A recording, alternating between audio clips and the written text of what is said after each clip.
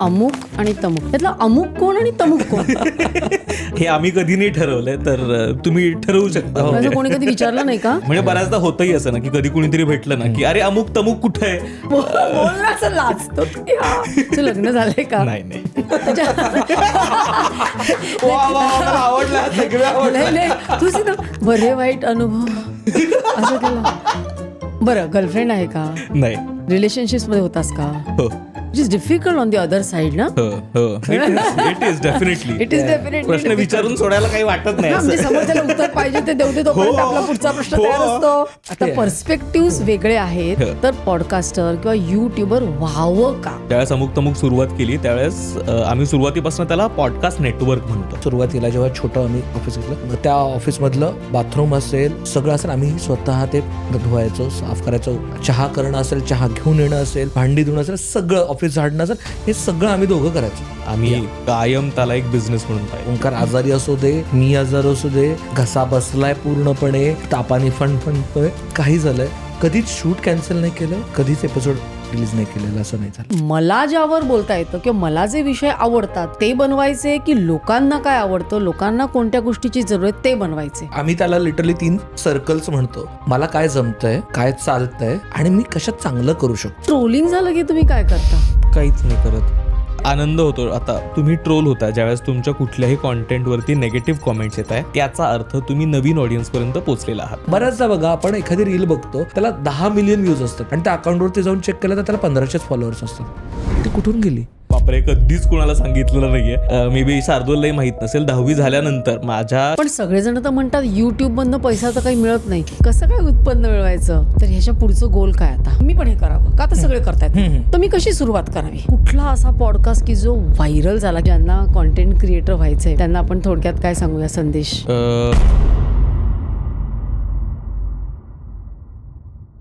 नमस्कार, मी डॉक्टर मंजिरी पुराणिक.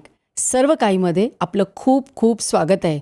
आज आपल्याकडे आलेत खास पाहुणे, अमुक तमुकचे को फाउंडर शार्दूल कदम आणि ओंकार जाधव. आमच्या तिघांच्या प्रचंड गप्पा झाल्या, आम्ही खळखळून असलो आणि त्यांनी कॉन्टेंट क्रिएशन म्हणजे काय, यूट्यूब अल्गोरिदम कसा असतो आणि कुणीही यूट्यूबर बनू शकतो, कसे त्यातून पैसे मिळतात हे तर सांगितलंच, पण त्या दोघांनी एकमेकांना सुद्धा माहिती नसलेल्या त्यांच्या कठीण परिस्थितीतून ते कसे बाहेर आले त्या गोष्टी सांगितल्या. ज्यांना कॉन्टेंट क्रिएटर व्हायचं आहे त्यांनी हा एपिसोड अगदी शेवटपर्यंत बघा. आणि हां, सर्व काहीला जर सबस्क्राईब केलं नसेल तर जरूर करा. तर मग चला बघूया ओंकार आणि शार्दूल आज आपल्याला काय सांगतायत.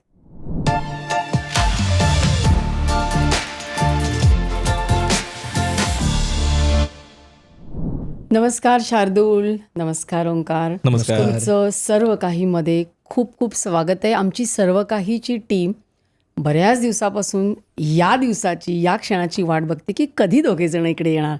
त्यामुळे खूप आनंद झाला आणि तुम्ही खास पुण्याहून इथे आलेलात त्याबद्दल तुमचं खूप खूप खूप आभार. म्हणजे आपल्यालाही हा पॉडकास्ट बरेच दिवस करायचा होता. खरं तर आपण बरेच दिवस बोलतोय आणि आम्हालाही छान वाटतं इथे येऊन.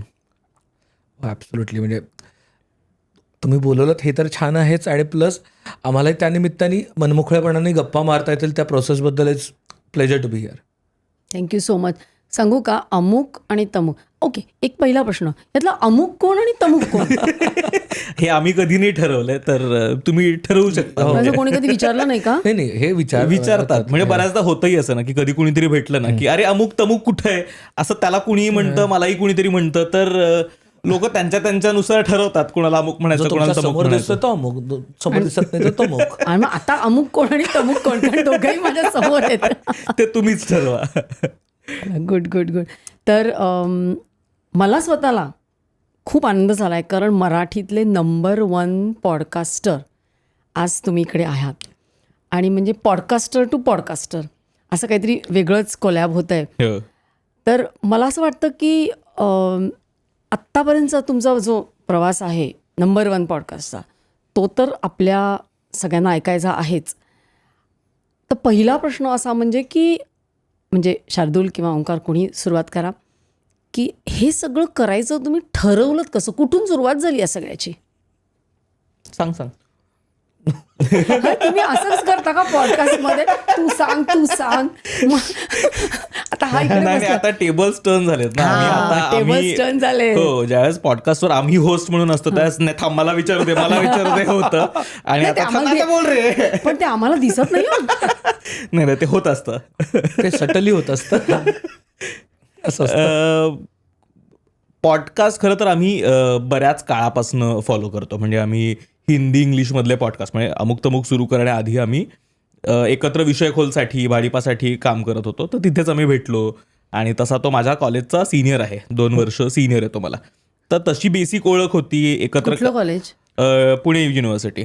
तर पुणे युनिव्हर्सिटीचं department of media and communication studies. तुम्ही दोघांनी केलंय ते? दोघांनी केलंय. त्याने पूर्ण केलं, मी पूर्ण नाही केलं. म्हणजे तो थर्ड म्हणजे हा भेटला म्हणाला चल आता आपण सुरू करूया म्हणून नाही, एवढं सोडलं. नाही, एवढं थर्ड नाही. सेमिस्टरला असताना त्याला म्हटलं कशाला करायचं कम्प्लीट तुझं, आता झालं तो ऑलरेडी डिरेक्ट करतोस, काय शिकायचं अजूनही.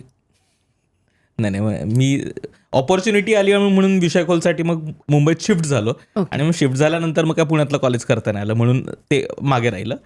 पण त्या काळात आम्ही एकमेकांना खूप पॉडकास्ट शेअर करायचो, हिंदी इंग्लिश आणि पॉलिटिकल पॉडकास्ट, ॲडव्हर्टायझिंगवाले पॉडकास्ट, कारण तो मार्केटिंगचा आहे, माझं पण शिक्षण त्यातलं साधारण थोडंफार होतं. तर आम्ही खूप पॉडकास्ट शेअर करायचो आणि मग काय दोघांची आयुष्य चालू राहिली. एका पॉईंटला ज्यावेळेस मी भाडीपातला जॉब सोडला, मग काही असिस्ट केल्या फिल्म्सना, मग परत ज्यावेळेस पुण्यात आला त्यावेळेस I was at that point की आता मला माझं काहीतरी करायचं आहे. म्हणजे करून झालं होतं. मी त्याच्या आधी असिस्ट केलं होतं फिल्म्सना आणि माझं कुठल्या असं फिल्म्सना? मी केरला स्टोरी नावाची जी फिल्म होती त्याच्यावरती सेकंड एडी होतं. आणि माझं असं झालं की नाही आता ठीक आहे, आपण डिरेक्ट करून झालंय, असिस्ट करून झालंय, आता असिस्ट तर काही आपल्याच्यानं होणार नाही, तर स्वतःच काहीतरी करावं. आणि मग हे करत असताना मी पुण्यात आलो होतो. मग तेव्हा आम्ही भेटलो आणि again we spoke about podcast. आणि आमचं झालं की अरे यार मराठीत नाही आहेत, म्हणजे आपण हिंदीत बघतोय, इंग्लिशमध्ये बघतोय आणि तितके मग खरं तर पॉडकास्टच नव्हते ज्यांना पॉडकास्ट आता इतके मराठीत जे दिसत आहेत, जे 1-2-2.5 वर्षांपूर्वी काही नव्हतेच. तर आमचं असं झालं की सुरू करूयात का. आणि मग दॅट कॉन्व्हर्सेशन स्ट्राईक्ड. मग आम्ही एकमेकांना रॅन्डम एक दिवस फोन केला की ऐक ना बोलायचं तुझ्याशी काहीतरी. आयडिया आहे. आणि मग हे झालं सुरू अमुक तमुक. म्हणजे त्या थॉटपासून म्हणजे दोघंही कदाचित त्या करिअरच्या पण अशा पॉईंटला होतो की आम्हाला आमचं इंडिपेंडेंटली करायचं होतं आणि ते एक मीडियम हवं होतं की आम्हाला काहीतरी सांगायचं, आम्हाला काहीतरी म्हणायचं.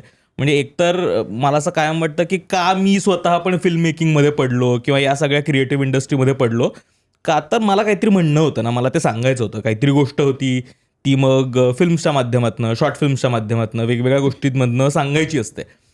तर हे एक मीडियम वाटलं की ज्यामधनं ती गोष्ट सांगता येईल. तर जशी ती ऑपॉर्च्युनिटी दिसली, both of us hopped on it.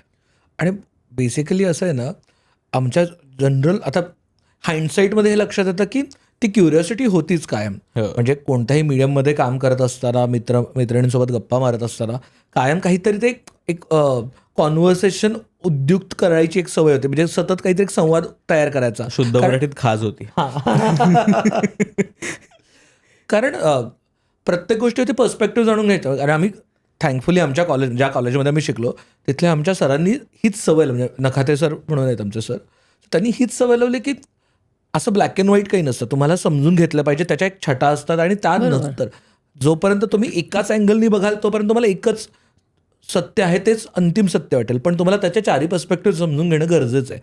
आणि ते पर्स्पेक्टिव्ह जाणून घेण्याची ती ओंकार म्हणाल तशी खास होती आणि ते प्रयत्न होते प्रत्येक ठिकाणी. म्हणजे कोणत्याही व्यक्तीशी गप्पा मारताना तोच प्रयत्न होता आणि अल्टिमेटली ते कुठेतरी घडत आलं आणि ते eventually podcast as a perfect medium आम्हाला ते सापडलं.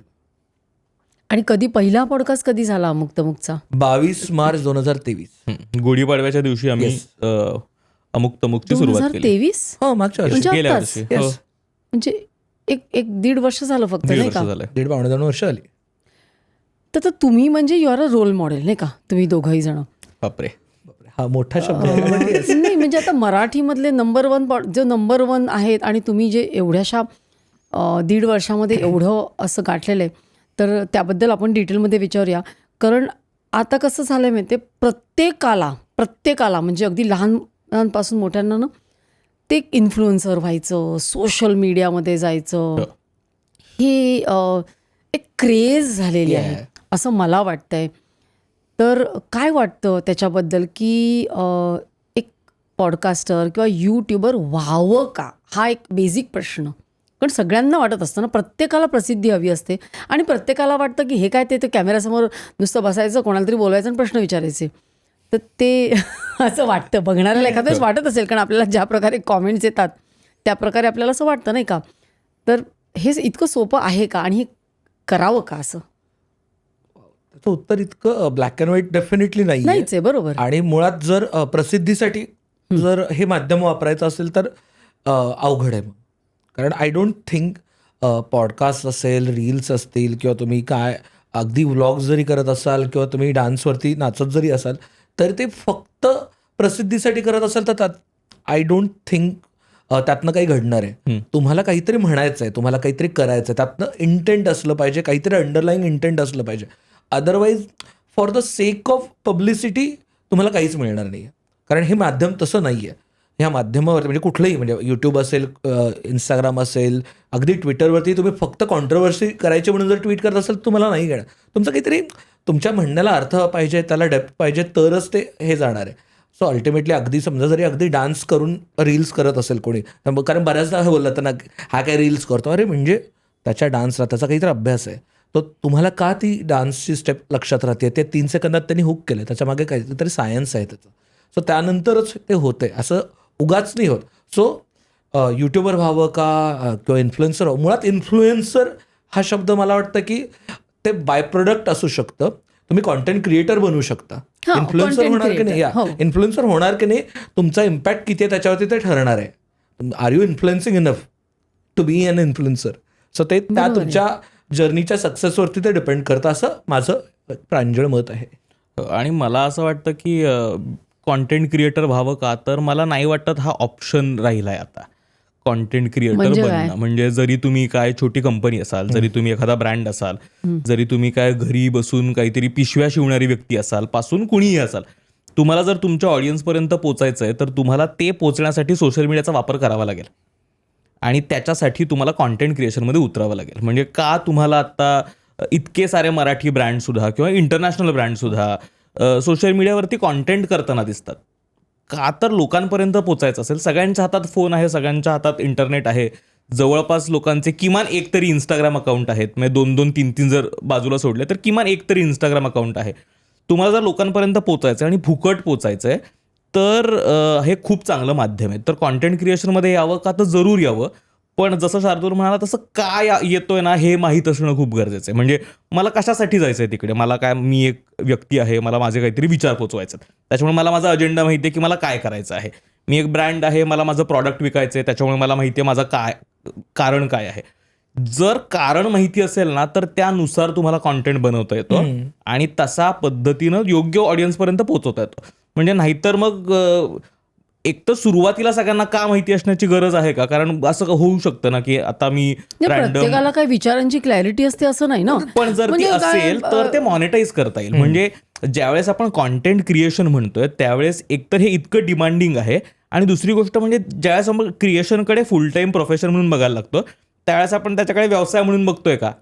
मला फक्त आवड म्हणून करायचं आहे, मला फक्त 4 लोक नंतर खाली सोसायटीमध्ये कोणीतरी भेटणार आहेत आणि म्हणणार आहे अरे यार काय मस्त व्हिडिओ होता, काय छान डान्स केला, यात मी खुश आहे का.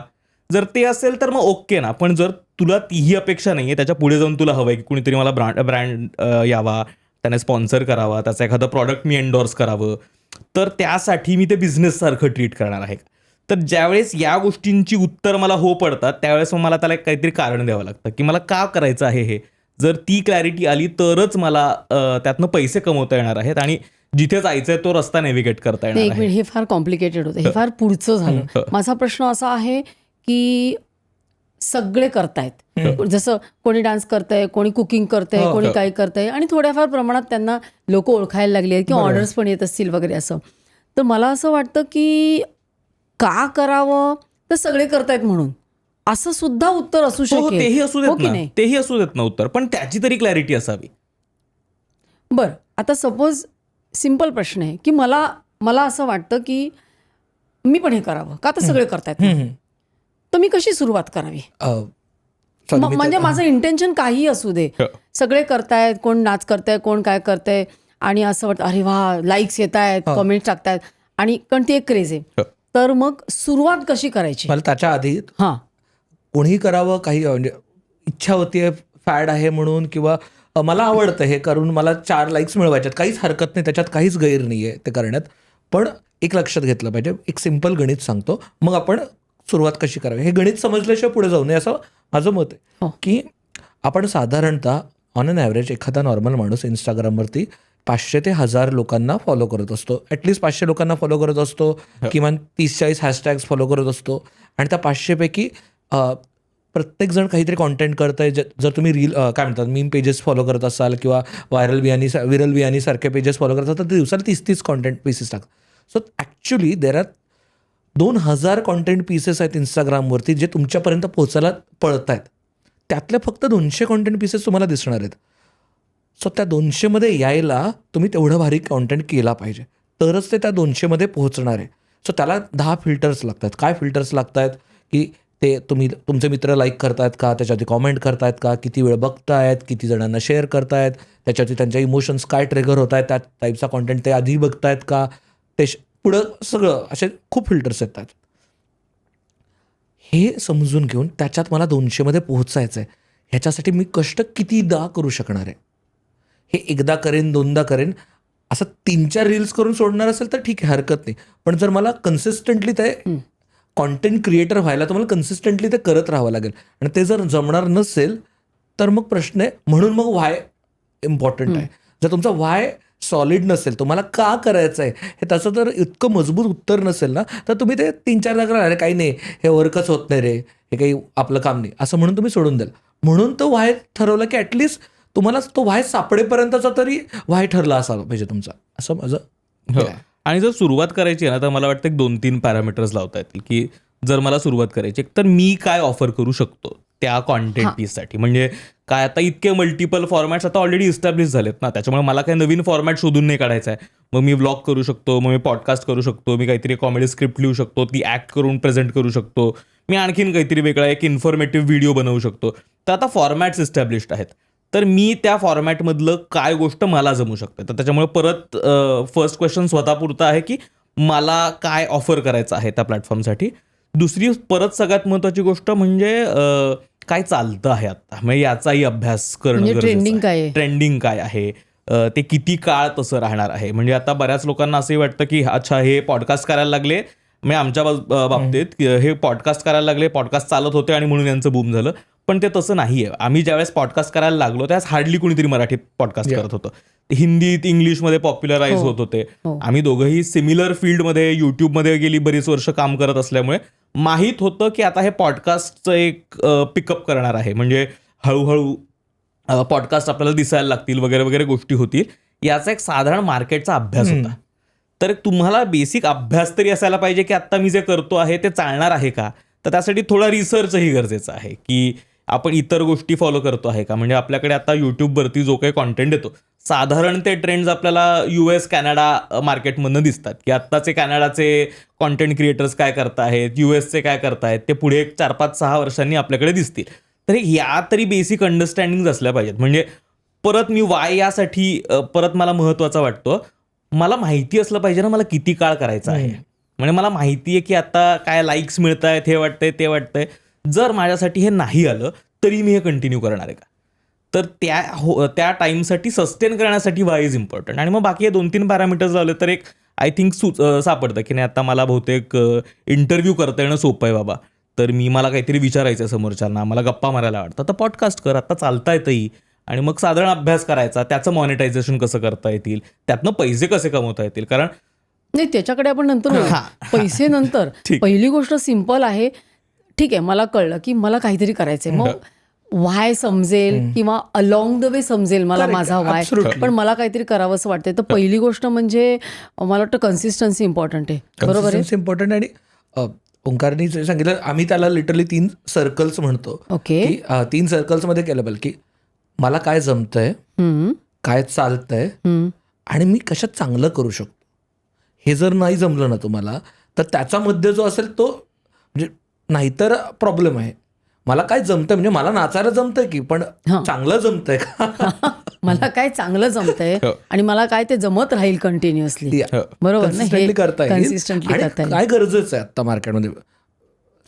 पण सगळेच जण काही पॉडकास्ट करतात असं नाही ना. नाही, absolutely तर नाही. अगदी बेसिक प्रश्न मला सगळेजण विचारतात की इंटरव्ह्यू आणि पॉडकास्ट ह्याच्यामध्ये काय फरक आहे, मग ते यूट्यूब आणि पॉडकास्टमध्ये काय फरक आहे, हे अगदी फार लोकांना पडलेला प्रश्न आहे. तर हे आपण आपल्या व्ह्युअर्सना सांगूया का? हो हो. एक तर यूट्यूब हे मीडियम आहे. यूट्यूब, इंस्टाग्राम, ट्विटर, फेसबुक हे सगळे मीडियम्स आहेत. हे डिस्ट्रीब्युशन, साध्या भाषेत बोलायचं तर हे डिस्ट्रीब्युशन चॅनल्स आहेत. तुम्ही तिथे टाकलं की ते त्यांच्या सबस्क्रायबर काय त्यांच्या डाउनलोड असणाऱ्या लोकांपर्यंत पोहोचणार आहे. हे झालं. पॉडकास्ट आणि इंटरव्ह्यूमध्ये फरक काय आहे? टेक्निकली खूप फरक नाही आहे, पण मेजरली ट्रॅडिशनल इंटरव्ह्यू फॉर्मॅटमध्ये होस्टचं काम होतं फक्त प्रश्न विचारायचं. आयडियली जे ओल्ड स्कूल इंटरव्ह्यूजमध्ये होस्टनी त्याची मतं देणं किंवा त्याच्या पर्स्पेक्टिव्ज आणणं टेबलवरती ठेवणं अलाउड नव्हतं. म्हणून आम्हालाही बऱ्याचदा आपलं इव्हन तुम्हालाही तर कॉमेंट्स येतात, अरे होस्ट कसं काय बोलतोय. सो ओरिजिनली इंटरव्ह्यू फॉर्मॅटमध्ये होस्ट फार बोलायचं नाही, पण आता पॉडकास्ट फॉर्मॅटमध्ये असं आहे की आपण पिअर्स म्हणून गप्पा मारतोय. आपण गप्पा आहेत त्या basically. हां, गप्पा आहेत आणि ते कॉन्व्हर्सेशन, कॅन्डिड कॉन्व्हर्सेशन आहे. कॅन्डिड म्हणण्यापेक्षा इट्स लेस फॉर्मल कॉन्व्हर्सेशन असं म्हणूया आपण. आणि त्याच्यात असं आहे की मतं जाणून घेण्याचा प्रयत्न आहे, पर्स्पेक्टिव्ह जाणण्याचा प्रयत्न आहे. पॉडकास्टमध्ये तेच आहे की नॉट नेसेसरली ते ब्लॅक अँड व्हाईटमध्ये बघायचा प्रयत्न आहे. ते आहे की ओके हे म्हणणं आहे माझं, तुम्हाला काय वाटतंय, असा तो प्रयत्न आहे. सो हे माझं अंडरस्टँडिंग आहे डिफरन्स बिटवीन पॉडकास्ट आणि इंटरव्ह्यू. हो हो पॉडकास्ट माहिती आहे ना, अगदी पहिले पॉडकास्ट म्हणजे कसा सुरू झाला, हो, तर दोन AirPods. मित्र काहीतरी ते कुठल्या तरी क्लबमध्ये बसलेले आणि बिअर वगैरे पित होते, गप्पा चाललेल्या, थोडेसे ड्रंक होते आणि कोणीतरी ते शूट करत होतं आणि मग ते त्यांनी टाकलं आणि ते इतकं हिट गेलं आणि that is how podcast started. हो, हे नव्हतं मला माहिती.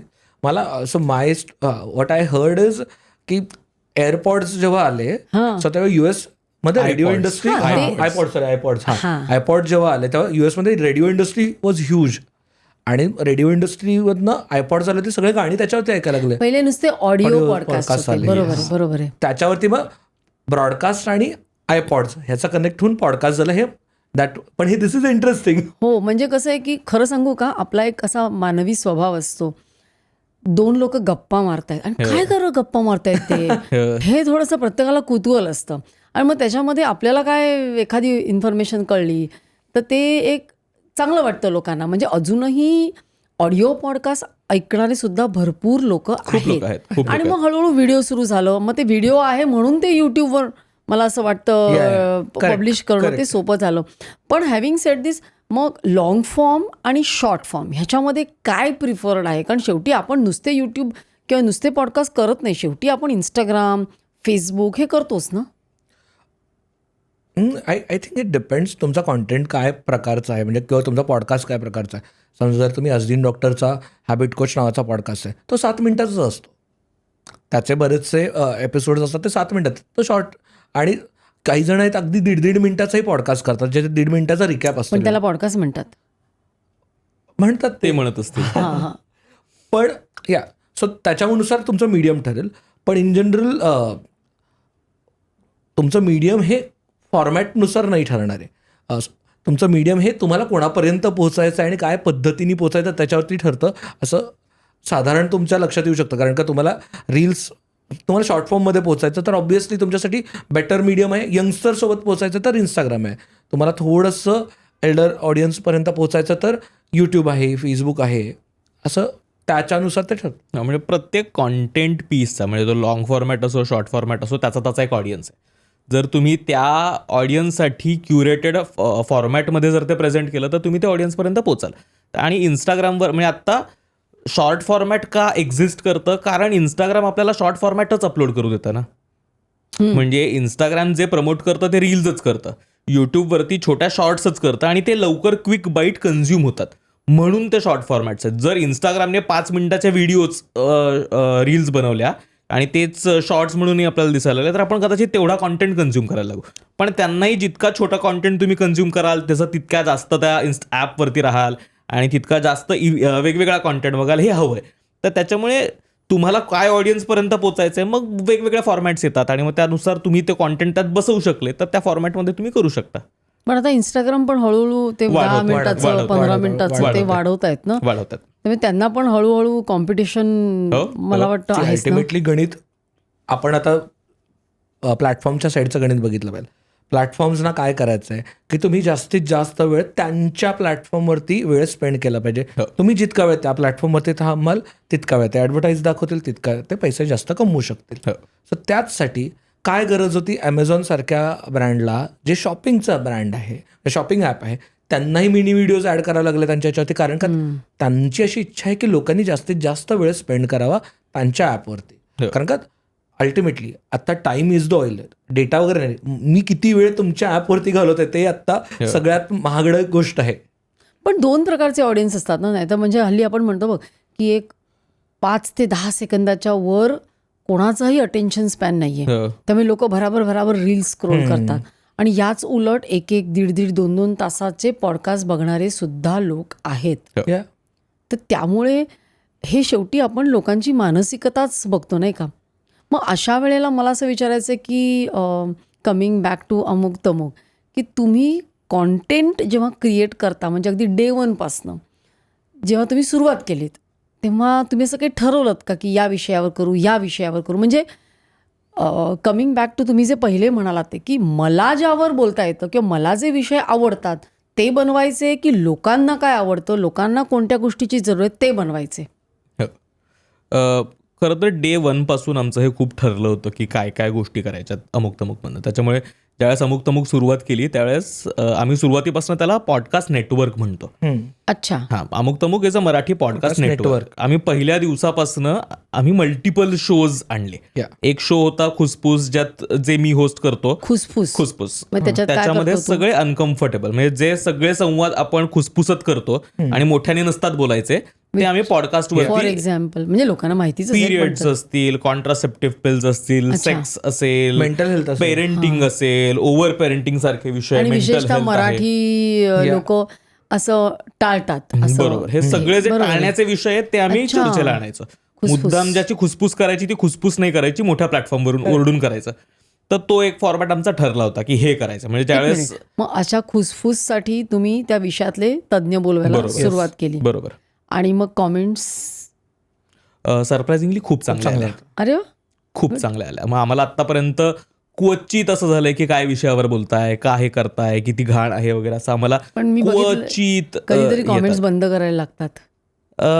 ते स्पेसिफिक काही गोष्टींमुळे करावे लागतात. म्हणजे एखाद्या एपिसोडला होतं की एक गेस्ट खूपच बोलतोय आणि दुसऱ्या गेस्टना बोलू देत नाही वगैरे, ते या काही टेक्निकल गोष्टींमुळे लोकांना असं वाटतं की मग तो विषयाचा फोकस दुसरीकडे जातो आणि यांना बोलूनच दिलं नाही, त्यांना बोलून दिलं. मग अशा वेळेस फक्त मग ते ऑफ करा. पर्सनल जातं, म्हणजे काही लोकांना इंटरेस्ट त्या टॉपिकमध्ये नसतो, त्यांना ते डायग्रेस करण्यातच इंटरेस्ट होतो. तर पर्सनल अटॅक जेव्हा होतो एखाद्या गेस्टवरती, आपल्या पॉडकास्ट गेस्टवरती, पण तसे मग करायला सुरुवात केली. मग खुसफुस आलं, मग अमुक तमुक शो जे आम्ही दोघे मिळून होस्ट करतो.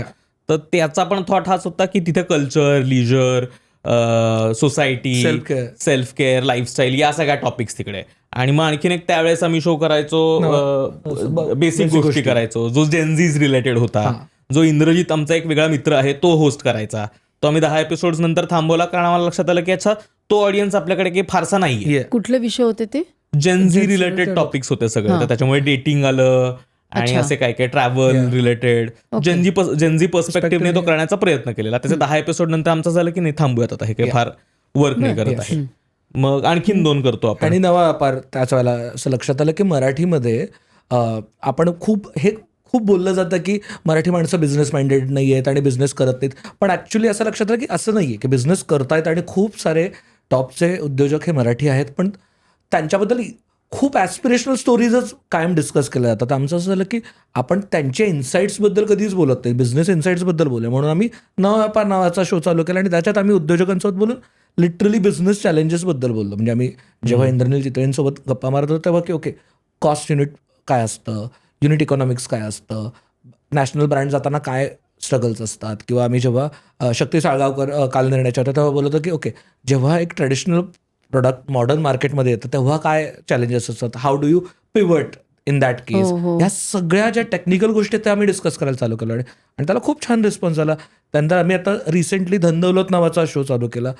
असं लक्षात येतं की आजूबाजूला खूप लोक फायनान्शियली स्ट्रगल्समधून जातात आणि ते होत आहे त्याचं कारण असं आहे की नॉट बिकॉज त्यांना फायनान्स कळत नाही इलिटरसी. नाही, इलिटरसी पेक्षा लक्ष नाहीये. Financial illiteracy. फायनान्शियल लिटरसी आहे आणि लक्ष नाही त्याच्याकडे. अरे पैसा क्या बडी चीज आहे म्हणून आपण इग्नोर करतो आणि आपण पैसा इग्नोर करून नाही चालत. आणि त्याच्यावर खूप होरपळलेली लोक दिसत आहेत, खूप स्कॅम्समध्ये अडकत आहेत, क्रेडिट कार्डच्या बिलांच्या त्या सायकल्समध्ये अडकलेले दिसत आहेत, गुगल पे आणि ह्याच्यामुळे हिशोब नाही लिहिली त्यामुळे लक्षात येत नाही काय खर्च होतोय. हे सगळं बरंच आजूबाजूला दिसत होतं. त्याच्यामुळं आम्ही त्याच्यावरती चालू केलं. आणि अगेन ह्याच्यात ना तर सर्कल्स परत येतो मी, ह्यातलं आम्हाला गोष्टी ह्या बोलायच्या होत्या, आम्हाला त्या जमत पण होत्या. आणि प्लस काही वेळेला ना काय मार्केटमध्ये चालणार हे दिसत नाही. सो त्याच्यात मी I come from market research. So एक लोक असतात की जे सगळं मी रिसर्च करून जाणारा माणूस आहे. ओंकार पण तसाच आहे. पण स्टीव्ह जॉब्स काय म्हणतो की मार्केट लोकांना माहिती नाही काय प्रॉडक्ट हवं आहे, पण लोकांना पेन पॉईंट माहिती आहे. कधी कधी लोक उत्तर नाहीत देणार आहेत, लोक तुम्हाला पेन पॉईंट सांगणार आहेत आणि त्याचं उत्तर तुम्हाला शोधायचं आहे ॲज अ क्रिएटर म्हणून. आणि त्या उत्तरावरती तुमचं प्रोडक्ट डिझाईन असलं पाहिजे तर ते वर्क होणार आहे. नॉट नेसेसरी तुम्हाला हे नाहीत लोक सांगणार आहेत की मला मेंटल हेल्थवरचा पॉडकास्ट हवा आहे. लोक हे सांगणार आहेत की मला आत्ता खूप त्रास होतोय, माझ्या घरी हे चॅलेंजेस चालू आहेत. मग त्याच्यावरती ओंकार भावनेचा क्रॅश कोर्स घेऊन येतो की ओके नॉट नेसेसरी प्रत्येकजण डिप्रेस्ड आहे, प्रत्येकाला काहीतरी वेगळे बेसिक प्रॉब्लेम्स आहेत, त्यांना हॅपीनेस कंट्रोल नाही करता येत, त्यांना फिअर आहे छोट्या छोट्या गोष्टींचं, चिडचिड होतीये, राग होतोय. ह्या सगळ्या अँगर मॅनेजमेंट आहे, हे प्रॉब्लेम्स आहे. हे लोक नाहीच सांगतात मला अँगर मॅनेजमेंटचा इश्यू आहे सो मी क्लासला जातोय. नाही, आपल्याला ते फाइंड आउट करायचं आहे. We have to understand the trends असे पण नॉट नेसेसरली गुगल ट्रेंड्सवरती जाऊन काय टॉप 10 टॉपिक्स आहेत. बरोबर. असंच यातनं आम्ही ती जर्नी चालू झाली आणि असे वेगवेगळे पॉडकास्ट चालू झाले. म्हणजे मगाशी पण जे म्हटलं ना की आम्हाला काय करायचं होतं तर आम्हाला या वेगवेगळ्या विषयांवरती गप्पा मारायच्या होत्या. मग त्याच्यात आम्ही हे फॉर्मॅट शोधून काढले. मग एका फॉर्मॅटला नाव हे दिलं, दुसऱ्या फॉर्मॅटला हे दिलं आणि आम्ही त्यांचे टॉपिक्सचं डोमेन ठरवून टाकले आणि आता त्यात एक एक विषय घेऊन बोलूयात ना. तर आम्ही परत अल्टिमेटली करतो तेच आहे जे आम्हाला करायचं आहे, पण अशा फॉर्मॅट्समध्ये करतोय ज्या फॉर्मॅटमध्ये लोकांना बघायचं आहे. आणि त्यामुळे मग ते लोकांना जास्त भावतंय की ज्याला पाहिजे ते, म्हणजे आपण एखाद्या हॉटेलमध्ये गेलो की असा मेनू दिलेला असतो, तुम्हाला पाहिजे ते घ्या, ती ऑर्डर करा आणि खा. Yes, correct. मग तुमच्या दोघांमध्ये कामाची विभागणी कशी आहे? कामाची विभागणी जवळपास सुरुवातीला आम्ही केली होती, तशी ती अजूनही आहे असं अजिबात नाहीये. म्हणजे होतच राहतं ते, कारण एकत्र मिळूनच करतो आहे ते. म्हणून क्रिएटिव्ह साईड बऱ्यापैकी मी बघतो आणि बिझनेस साईड बऱ्यापैकी तो बघतो. तर अशी साधारण विभागणी आहे. पण ते होतच ना, म्हणजे अल्टिमेटली बिझनेस आहे तर माझंही काही वेळेस बिझनेसमध्ये लक्ष असतं, त्याचंही क्रिएटिव्हमध्ये असतं, तर ते अर्थात होतं. आणि हँड इन हँडच आहे ते. अल्टिमेटली एवढंच आहे की ते लोक मारणार आहेत मला याच्यावरती, पण ते संसारासारखंच आहे खरं तर. म्हणजे ओंकारचा स्ट्रॉंग होल्ड क्रिएटिव्हमध्ये आहे तर ओंकार क्रिएटिव्ह लीड करतो, माझा स्ट्रॉंग होल्ड बिझनेसमध्ये तर मी बिझनेस लीड करतो. पण याचा अर्थ असा नाही की मी कॉन्टेंटमध्ये काहीच बोलत नाही किंवा ह्याचा अर्थ असा नाही की बिझनेसमध्ये ओंकार बोलत नाही. फक्त तिथे ओंकारचं म्हणणं मी क्रिएटिव्हमध्ये जास्त ऐकतो, फायनान्स आणि बिझनेस. म्हणजे मतभेद झाले तर त्याच्या डिपार्टमेंटमध्ये त्याचा शब्द फायनल. बरोबर बरोबर ना? म्हणजे मतभेद होतात का? रेग्युलर. प्लीज मला सांगा कुठले मतभेद होतात? सतत. हो हो. एकतर आम्ही दोघं खूप वेगळी माणसं आहोत, दोघांचे पर्स्पेक्टिव्ह खूप वेगळे आहेत, पण आम्हाला हे माहितीये की आम्ही दोघं एकमेकांना खूप छान कॉम्प्लिमेंट करतो. म्हणजे ज्या गोष्टी मी टेबलवरती घेऊन येतो त्याच्या कम्प्लिटली ऑपोजिट गोष्टी हा टेबलवर घेऊन येतो. त्याच्यामुळे कशावर होतात मतभेद? सगळ्याच गोष्टींवर, म्हणजे एखाद्या विषयाच्या पर्स्पेक्टिव्ह पासनं आमचे एकतर पर्स्पेक्टिव्हच खूप वेगळे आहेत, तर त्याच्यामुळे सतत क्लॅश होत असतात. आमच्याकडे ऑफिसमध्ये तुम्ही आलात तर त्याच्यामुळे लोकांना माहिती आहे की हे दोघं बोलायला लागले, जरा काहीतरी हिटेड कॉन्व्हर्सेशन झालं की उठायचं, दुसऱ्या खोलीत निघून जायचं आणि आम्ही 5 मिनिटांनंतर परत टाळ्या देत गप्पा मारत बसलेलो असतो त्याच जागेत. That is a right partnership I think. कारण रबने दोन पर्स्पेक्टिव्ह. कसली आम्हीच म्हणायचं कसली ढवळ्या पोळ्या. रबने पण आधी जोडी म्हणे. तनुजा मारणार आहे, पण ठीक आहे, हरकत नाही. आम्ही ओके कमिंग ते त्याच्याबद्दल ते त्याच्याबद्दल बोलायचंच आहे ना. नाही पण आता पर्स्पेक्टिव्ह वेगळे आहेत, तर पर्स्पेक्टिव्ह कसे बनतात आपले? तर लहानपणापासून आपल्यावर काही संस्कार होत असतात, आपलं एक कंडिशनिंग होत असतं. म्हणून मला तुमच्या बालपणाबद्दल ऐकायचं की कसं झालं, म्हणजे टुडे आज शार्दूल असा आहे, ह्याचा पर्स्पेक्टिव्ह असा आहे, त्याला हे विषय समजतात, आवडतात. तर मला तुमच्या दोघांकडून ऐकायचं की तुमचं आज एक अंडरस्टँडिंग ऑफ लाईफ झालेलं आहे की हे असं असतं, हे असं असतं. भले ते फार पक्क झालं नसेल, कारण अजूनही तुमचं वय तसं 30-31 आहे, पण हे का झालं, म्हणजे लहानपणापासून कसे तुम्ही घडत गेलात? मला माहिती आहे तुम्ही काय आता एकदम 60चे कोणी नाही आहात, पण हा प्रश्न महत्त्वाचा काय माहिती आहे का? आज तुम्ही लाखो लोकांपर्यंत पोचता आणि जेव्हा ओंकार एखादा प्रश्न विचारतो, मला पण असं वाटतं किती डीप प्रश्न आहे हा. म्हणजे जसं ओल्ड सोल्स म्हणतात ना, की अरे हा तर तिशीचा आहे, मग ह्याला कुठून एवढं सगळं कळलं? आणि सगळं नॉलेज इंटरनेटमधनं नाही मिळत, ते कुठून तरी आतून येतं. म्हणून मला तुम्हाला दोघांना हा प्रश्न विचारायचा आहे की लहानपणापासून कशी तुमची जडणघडण झाली? आईवडिलांचं पण शेवटी त्याच्यामध्ये संस्कार असतात. Will start with you.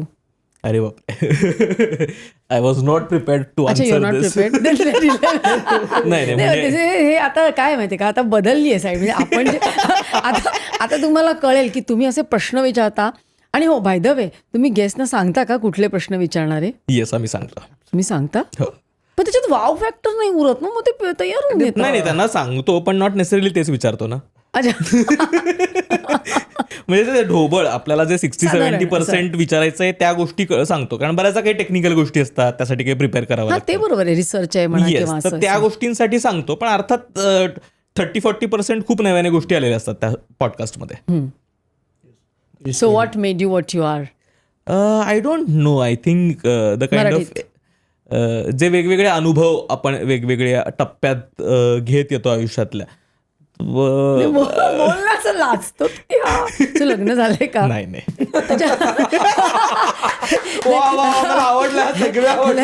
तू सीधा बरे वाईट अनुभव असं केलं.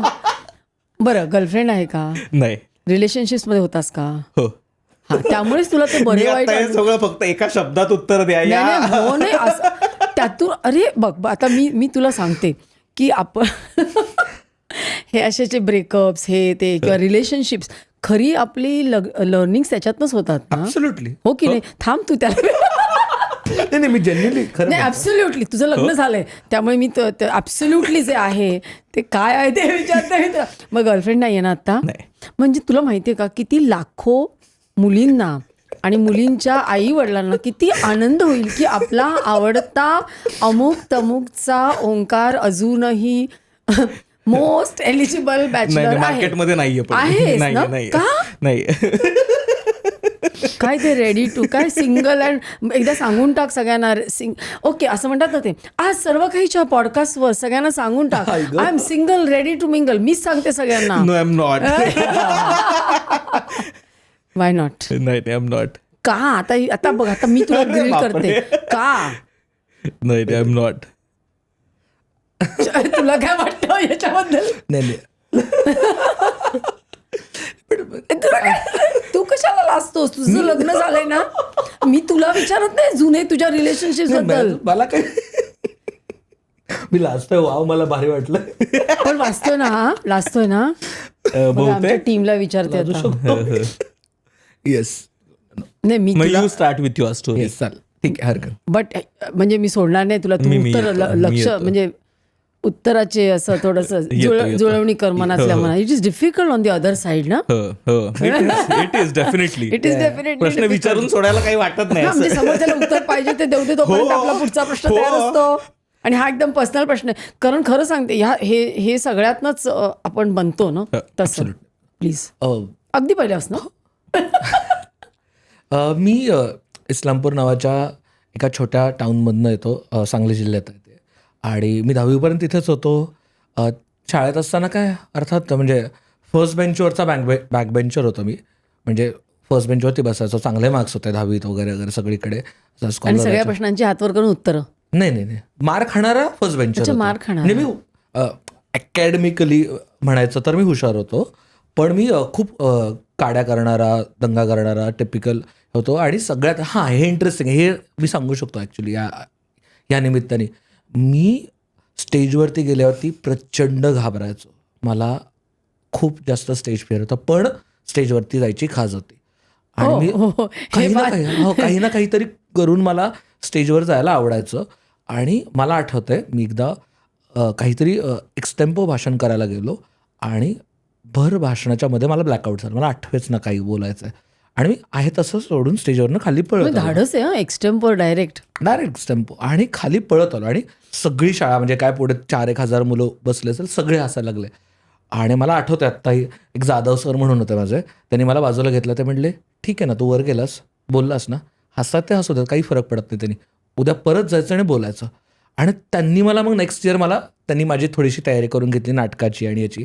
सो तेव्हा मग ते नाटक छान परफॉर्म करता आलं. आणि मला आत्ता लिटरली, मला ओंकारला पण मी ही कधी स्टोरी सांगितलेली आणि मला आत्ता अचानक हे आठवलं की आय थिंक ते जे काही त्यांनी जी काही पडल्यानंतर उभं राहायला एक ताकद दिली ना, ती मला कुठेतरी आज भीती वाटते. म्हणजे अजूनही, म्हणजे अगदी पॉडकास्ट जेव्हा चालू केले आम्ही आणि अगदी पायलट्स करत होतो, मी खूप स्टटर करतो. मला असं सलग बोलता येत नाही. मला बोलताना बऱ्याचदा शब्द अडखळतात किंवा माझं श्वासाचं आणि ते बोलायचं जे मीटर आहे ते मीटर गणतं बऱ्याचदा, त्यामुळे माझी वाक्य अर्धवट तुटतात. पण कुठेतरी तो व्हाय क्लिअर असल्यामुळं मला माहिती आहे की मला त्याच्यात आय डोंट केअर की मी कसा बोलतोय. अल्टिमेटली अर्थात त्याच्यावरती मी काम करतोच, पण माझं बोलण्यापेक्षा मला त्यातनं काय समजून घ्यायचं ह्याच्यावरती फोकस असल्यामुळे अल्टिमेटली असं होतं की ठीक आहे, हे होईल, तो क्राफ्ट सुधारत जाईल, पण त्या समोरच्या गेस्टकडनं काय समजून घ्यायचं आहे त्याच्यावरती फोकस राहिला आणि ते तसं होत राहिलं.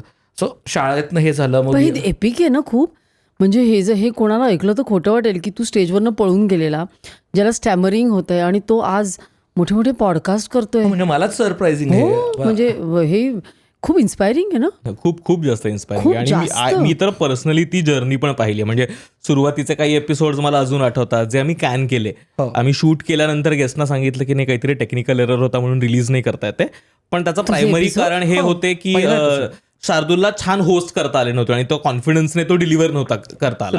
तर आम्ही असे काही एपिसोड स्कॅनही केलेले आहेत. पण मग काय वाटलं तेव्हा तुला की अरे आपल्याला जमणार आहे की नाही, असं वाटलं का?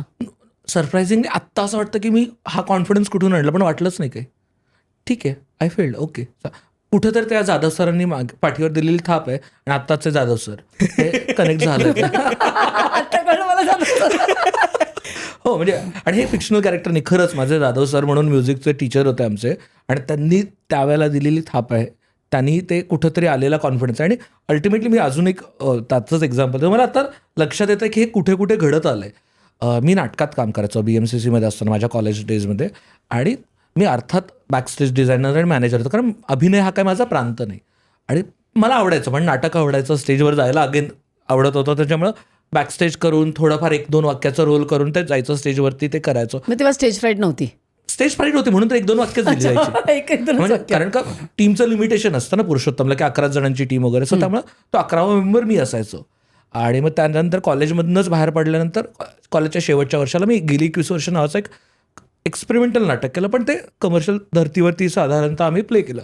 सो त्याच्यात सगळे मोठे ॲक्टर्स होते, आणि त्याच्यात ना मी स्टेजवरती जाऊन माझं हेच काम होतं की एक प्रोडक्शनचा मुलगा जातो स्टेजवरती आणि तो मेन ॲक्टरला म्हणतो, काय तुमचं काम आहे, तुमच्यामुळे आम्हाला टेम्पो भरावा लागतो, हे करावं लागतं, तुम्हाला सगळं ग्लॅमर तुम्हाला मिळतं, आम्ही गधामजुरी करतो, आमचं काय कौतुक, तुमचं काय कौतुक, आम्हाला त्रास होतोय, असं म्हणतो. आणि हेच वाक्य मी जाऊन स्टेजवरती जाऊन फंबल व्हायचो, प्रत्येक वेळेला फंबल व्हायचो. आणि याच्यावर काय म्हणायचंस, काहीतरी असं घाबरायचो, पण थँकफुली ते कामच माझं प्रोडक्शन बॉयचं असल्यामुळं ऑन स्टेज पण ते चालून जायचं, त्याच्यावरती लोक हसायचे आणि पीपल यूज टू फील की हे नाटकाचाच पार्ट आहे. पण ग्रीन रूममध्ये प्रत्येक प्रयोगाला ह्याच्यावरती हे लागायच्या, बेट लागायच्या की आज शार्दूल कितीदा फंबल होणार आहे. पण तेव्हा पण अगेन, पण लिटरली तेव्हा पण माझा मित्र आहे, माझा सिनियर आहे अमेय वाघ म्हणून, त्यांनी मला तेव्हा सपोर्ट केला की नाही रे एसके, तू बोल, तू मला माहिती आहे एसके तू नाही फंबल होणार आहेस, मी तुला माझं क्रेडिट कार्ड ह्याच्यावरती असं लावून तो मला सपोर्ट करायचा. आणि अल्टिमेटली कुठंतरी ते असं वेगवेगळ्या टप्प्यांवरती कोणी ना कोणीतरी सपोर्ट करत आलंय. पण तेव्हा जी चेष्टा झाली त्यामुळे तू खचून नाही गेलास, कारण असे लोक होते ना सपोर्ट करणारे. Jadhav sir 1, Jadhav number 1, Jadhav number 2, Jadhav number 3. So त्यामुळे ते घडत गेलं. आणि अल्टिमेटली अगेन सॉरी मी परत त्या व्हायवरती येतो, कारण तो व्हाय इतका महत्वाचा आहे. कारण मला ग्लॅमरसाठी कामच नव्हतं करायचं, मी ग्लॅमरसाठी नाटकात नव्हतं, मला ते थ्रिल आवडत होतं, मला त्यातली मजा आवडत होती, त्यातलं ग्राइंड आवडत होतं, की ती नाटकाचा सेट भरायचा आहे, पहाटे 3 वाजता उठायचं आहे, जाऊन प्रयोग करायचा आहे, त्याचं गणित मांडायचं आहे, मी जाऊन नाटकाच्या गल्ल्यावरती बसायचो, तिथं पैसे किती होत आहेत, आपलं प्रोडक्शन कॉस्ट काय आहे, मार्केटिंग काय, ही सगळी जी मजा होती ना ती मजा आवडत होती. पण ती इस्लामपूरहून पुण्यात आल्यावरती केली. तो कोर्स करताना BMCC नाही, हे कोर्स आमचा मास्टर्स आहे. मी पुण्यातनं इस्लामपुरातनं पुण्यात आलो, 11वी-12वी आणि BBA केलं, मी मार्केटिंग केलं. मी BMCC नावाच्या एका खूप छान कॉलेजला होतो, तिथे मी हॉस्टेलला राहायचो. तिथले सगळे एक्सपिरियन्सेस, हॉस्टेलमध्ये वेगवेगळ्या भागातनं महाराष्ट्रातनं आलेल्या लोकांसोबत राहत होतो. माझी मराठी आत्ता ज्या पद्धतीने बोलतो त्या पद्धतीने नव्हती मराठी. खूप जास्त ह्युमिलेट झालो जेव्हा पुण्यात आलो. अर्थात पुण्यात आल्यावरती बाहेरच्या लोकांना इनिशियली ते काही ठिकाणी होऊ शकतं, जे झालं माझ्या बाबतीत. मी मराठी मीडियम स्कूलमधनं होतो, माझं कॉलेज इंग्लिश मिडियमचं होतं, सगळे आजूबाजूला कॉन्व्हेंटमधले मुलं होते किंवा मराठीतले पण जे होते ते खूप छान मराठी बोलणारे होते आणि माझं असं पुणेरी मराठीतलं होतं आणि माझं मराठी चांगलीच होतं. म्हणजे जेही छानच आहे, उत्तम आहे, पण माझं मराठी तसं नव्हतं, थोडं वेगळं आहे. सो ते त्या कॉन्फ्लिक्टमध्ये एलिट नव्हतं असं. I don't want to call it elite. पुण्याचं किंवा पार्ल्याचं असं नव्हतं. अजिबात नव्हतं. माझं रांगडं मराठी होतं. पण तिथे त्याचं ह्युमिलेशन झालं. अगेन त्यावेळेला वेगवेगळ्या लोकांनी सपोर्ट केला आणि त्यातनं त्या ह्युमिलेशनमधनं शिकायला मिळालं की ओके, वेगवेगळे मराठी असतात. अगेन पर्स्पेक्टिव्हची जी गोष्ट आहे ना, तिथे कळत गेलं. मी BMCCमध्ये कॉलेजमध्ये जायचो तेव्हा सगळे कॉन्व्हेंटची मुलं, नाटकाच्या ग्रुपमध्ये जायचं तेव्हा सगळे नाटकात शाळांमधून नाटकं केलेली, राज्यनाट्य केलेली मुलं, आणि हॉस्टेलमध्ये जायचो तेव्हा लातूरमधले, गडचिरोलीचा कोणीतरी, नागपूरचा असा मुलगा असायचा किंवा इचलकरंजीचा मुलगा असायचा जो आम्ही स्ट्रगल करतोय पुण्यात सेटल व्हायला. हे तिन्ही पर्स्पेक्टिव्ह कळत होते एकाच सेम कॉलेजमधल्या सेम प्रॉब्लेमबद्दल. लाईफ हॅज टॉट यू. आणि त्याच्यातनं मग कळत गेलं, कुठेतरी वाटलं की okay, everything is real. Everything is real. You can't, म्हणजे मी स्टेपलरला स्टॅपलर म्हणलो होतो. Sorry, exactly. आणि त्याच वेळेला एक्झॅक्टली नाही, बट ॲब्सोल्युटली जसं कभी खुशी कभी गममध्ये ते चंपू चंपू म्हणून ते सगळे त्या मुलीला चिडवतात, एक्झॅक्टली तो सीन झाला होता माझ्यासोबत BMCCच्या त्या लायब्ररीसमोर. आणि मला कळेच ना, मला माहितीच नाही की स्टॅपलरला स्टेपलर म्हणतात. हे कळायला मला 3 महिने लागले आणि हसतायत लोक. आणि हसलं म्हणलं काय झालं, त्याच्यात चुकलं काय? ऍक्च्युली काहीच चुकलं नाही. आता come to think of it, नाही का, आता कळतंय ते. तो STA आहे ना, माहितीच नाही. आणि मुळात आपण जर जेव्हा फ्रेंच ॲक्सेंटमध्ये इंग्लिश बोलतो तर it's cute, it sounds cute. पण जेव्हा मराठी ॲक्सेंटमध्ये इंग्लिश बोलतो तर ते व्हर्नॅक्युलर होतं. बरोबर आहे तुझं, एकदम ते अशा या गोष्टी घडत गेल्या. त्यामुळं कुठेतरी ते आय गेस आत्ता लक्षात येतं की अमुकतमुकमध्ये आमचं पर्स्पेक्टिव्ह काय येत आहेत. कारण अशा वेगवेगळ्या गोष्टी घडत गेल्या, त्या वेळेला वेगवेगळे पर्स्पेक्टिव्ह दिसत आले, वेगवेगळ्या लोकांनी वेगवेगळ्या टप्प्यांमध्ये साथ दिली आणि त्याचा कुठंतरी परिणाम आत्ताच्या शार्दूल कदममध्ये दिसत आहेत. मला बरोबर आहे तुझं म्हणणं. कारण मला असं वाटतं ना की मराठी येणं आणि इंग्लिश न येणं हे कुठेतरी कॉलेजमध्ये गेल्यावर ना पूर्वी होतं कमीपणाचं. पण जेव्हा तुम्ही सगळं जग फिरता तेव्हा दिसतं की जर्मन लोक कुठे बोलतात, स्पॅनिश लोक कुठे बोलतात, ते फ्रेंच लोक कुठे बोलतात. म्हणजे मला तर आता असं वाटायला लागलं की तुमची भाषा आहे ती तुम्ही अतिशय अभिमानाने बोलली पाहिजे, हो की नाही. कुठे जगामध्ये सगळ्यांना इंग्लिश येतं. आणि ज्या बोलीत बोलताय त्या बोलीत, तुम्ही कोल्हापूरचा असाल कोल्हापुरी, तुम्ही जळगावचा असाल तर जळगावच्या अहिराणीत बोलत असाल तर त्या स्टाईलमध्ये, तुम्ही नागपूरचा असाल तर वऱ्हाडीत बोला. काय सुंदर आहेत भाषा. आपणच ते त्याला एकीकरण करून त्याची वाट लावून टाकतोय. सगळं ब्लँड होत चाललंय आपलं. कारण आपण त्या माणसाला तो जसा बोलतो त्यावरनं जज करायला जातो. आय थिंक हा एक पॉडकास्टचा विषयच होऊ शकतो, नाही का? ऍब्सोल्युटली. आम्ही केलाय जजमेंटवरती पॉडकास्ट. नाही ओके, मी स्टॅपलरला हसले तो भाग डिलीट.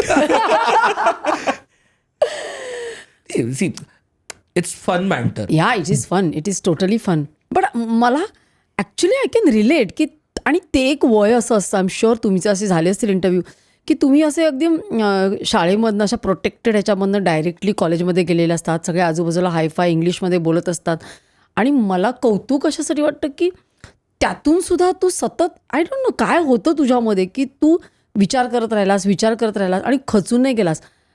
आत्ता मध्ये ना मी एक साधारण महिन्याभरापूर्वी एका मेडिकल कॉलेजच्या फर्स्ट इयरच्या मुलांना लेक्चर द्यायला गेले होते अबाउट, त्यांना एक स्ट्रेस होतो.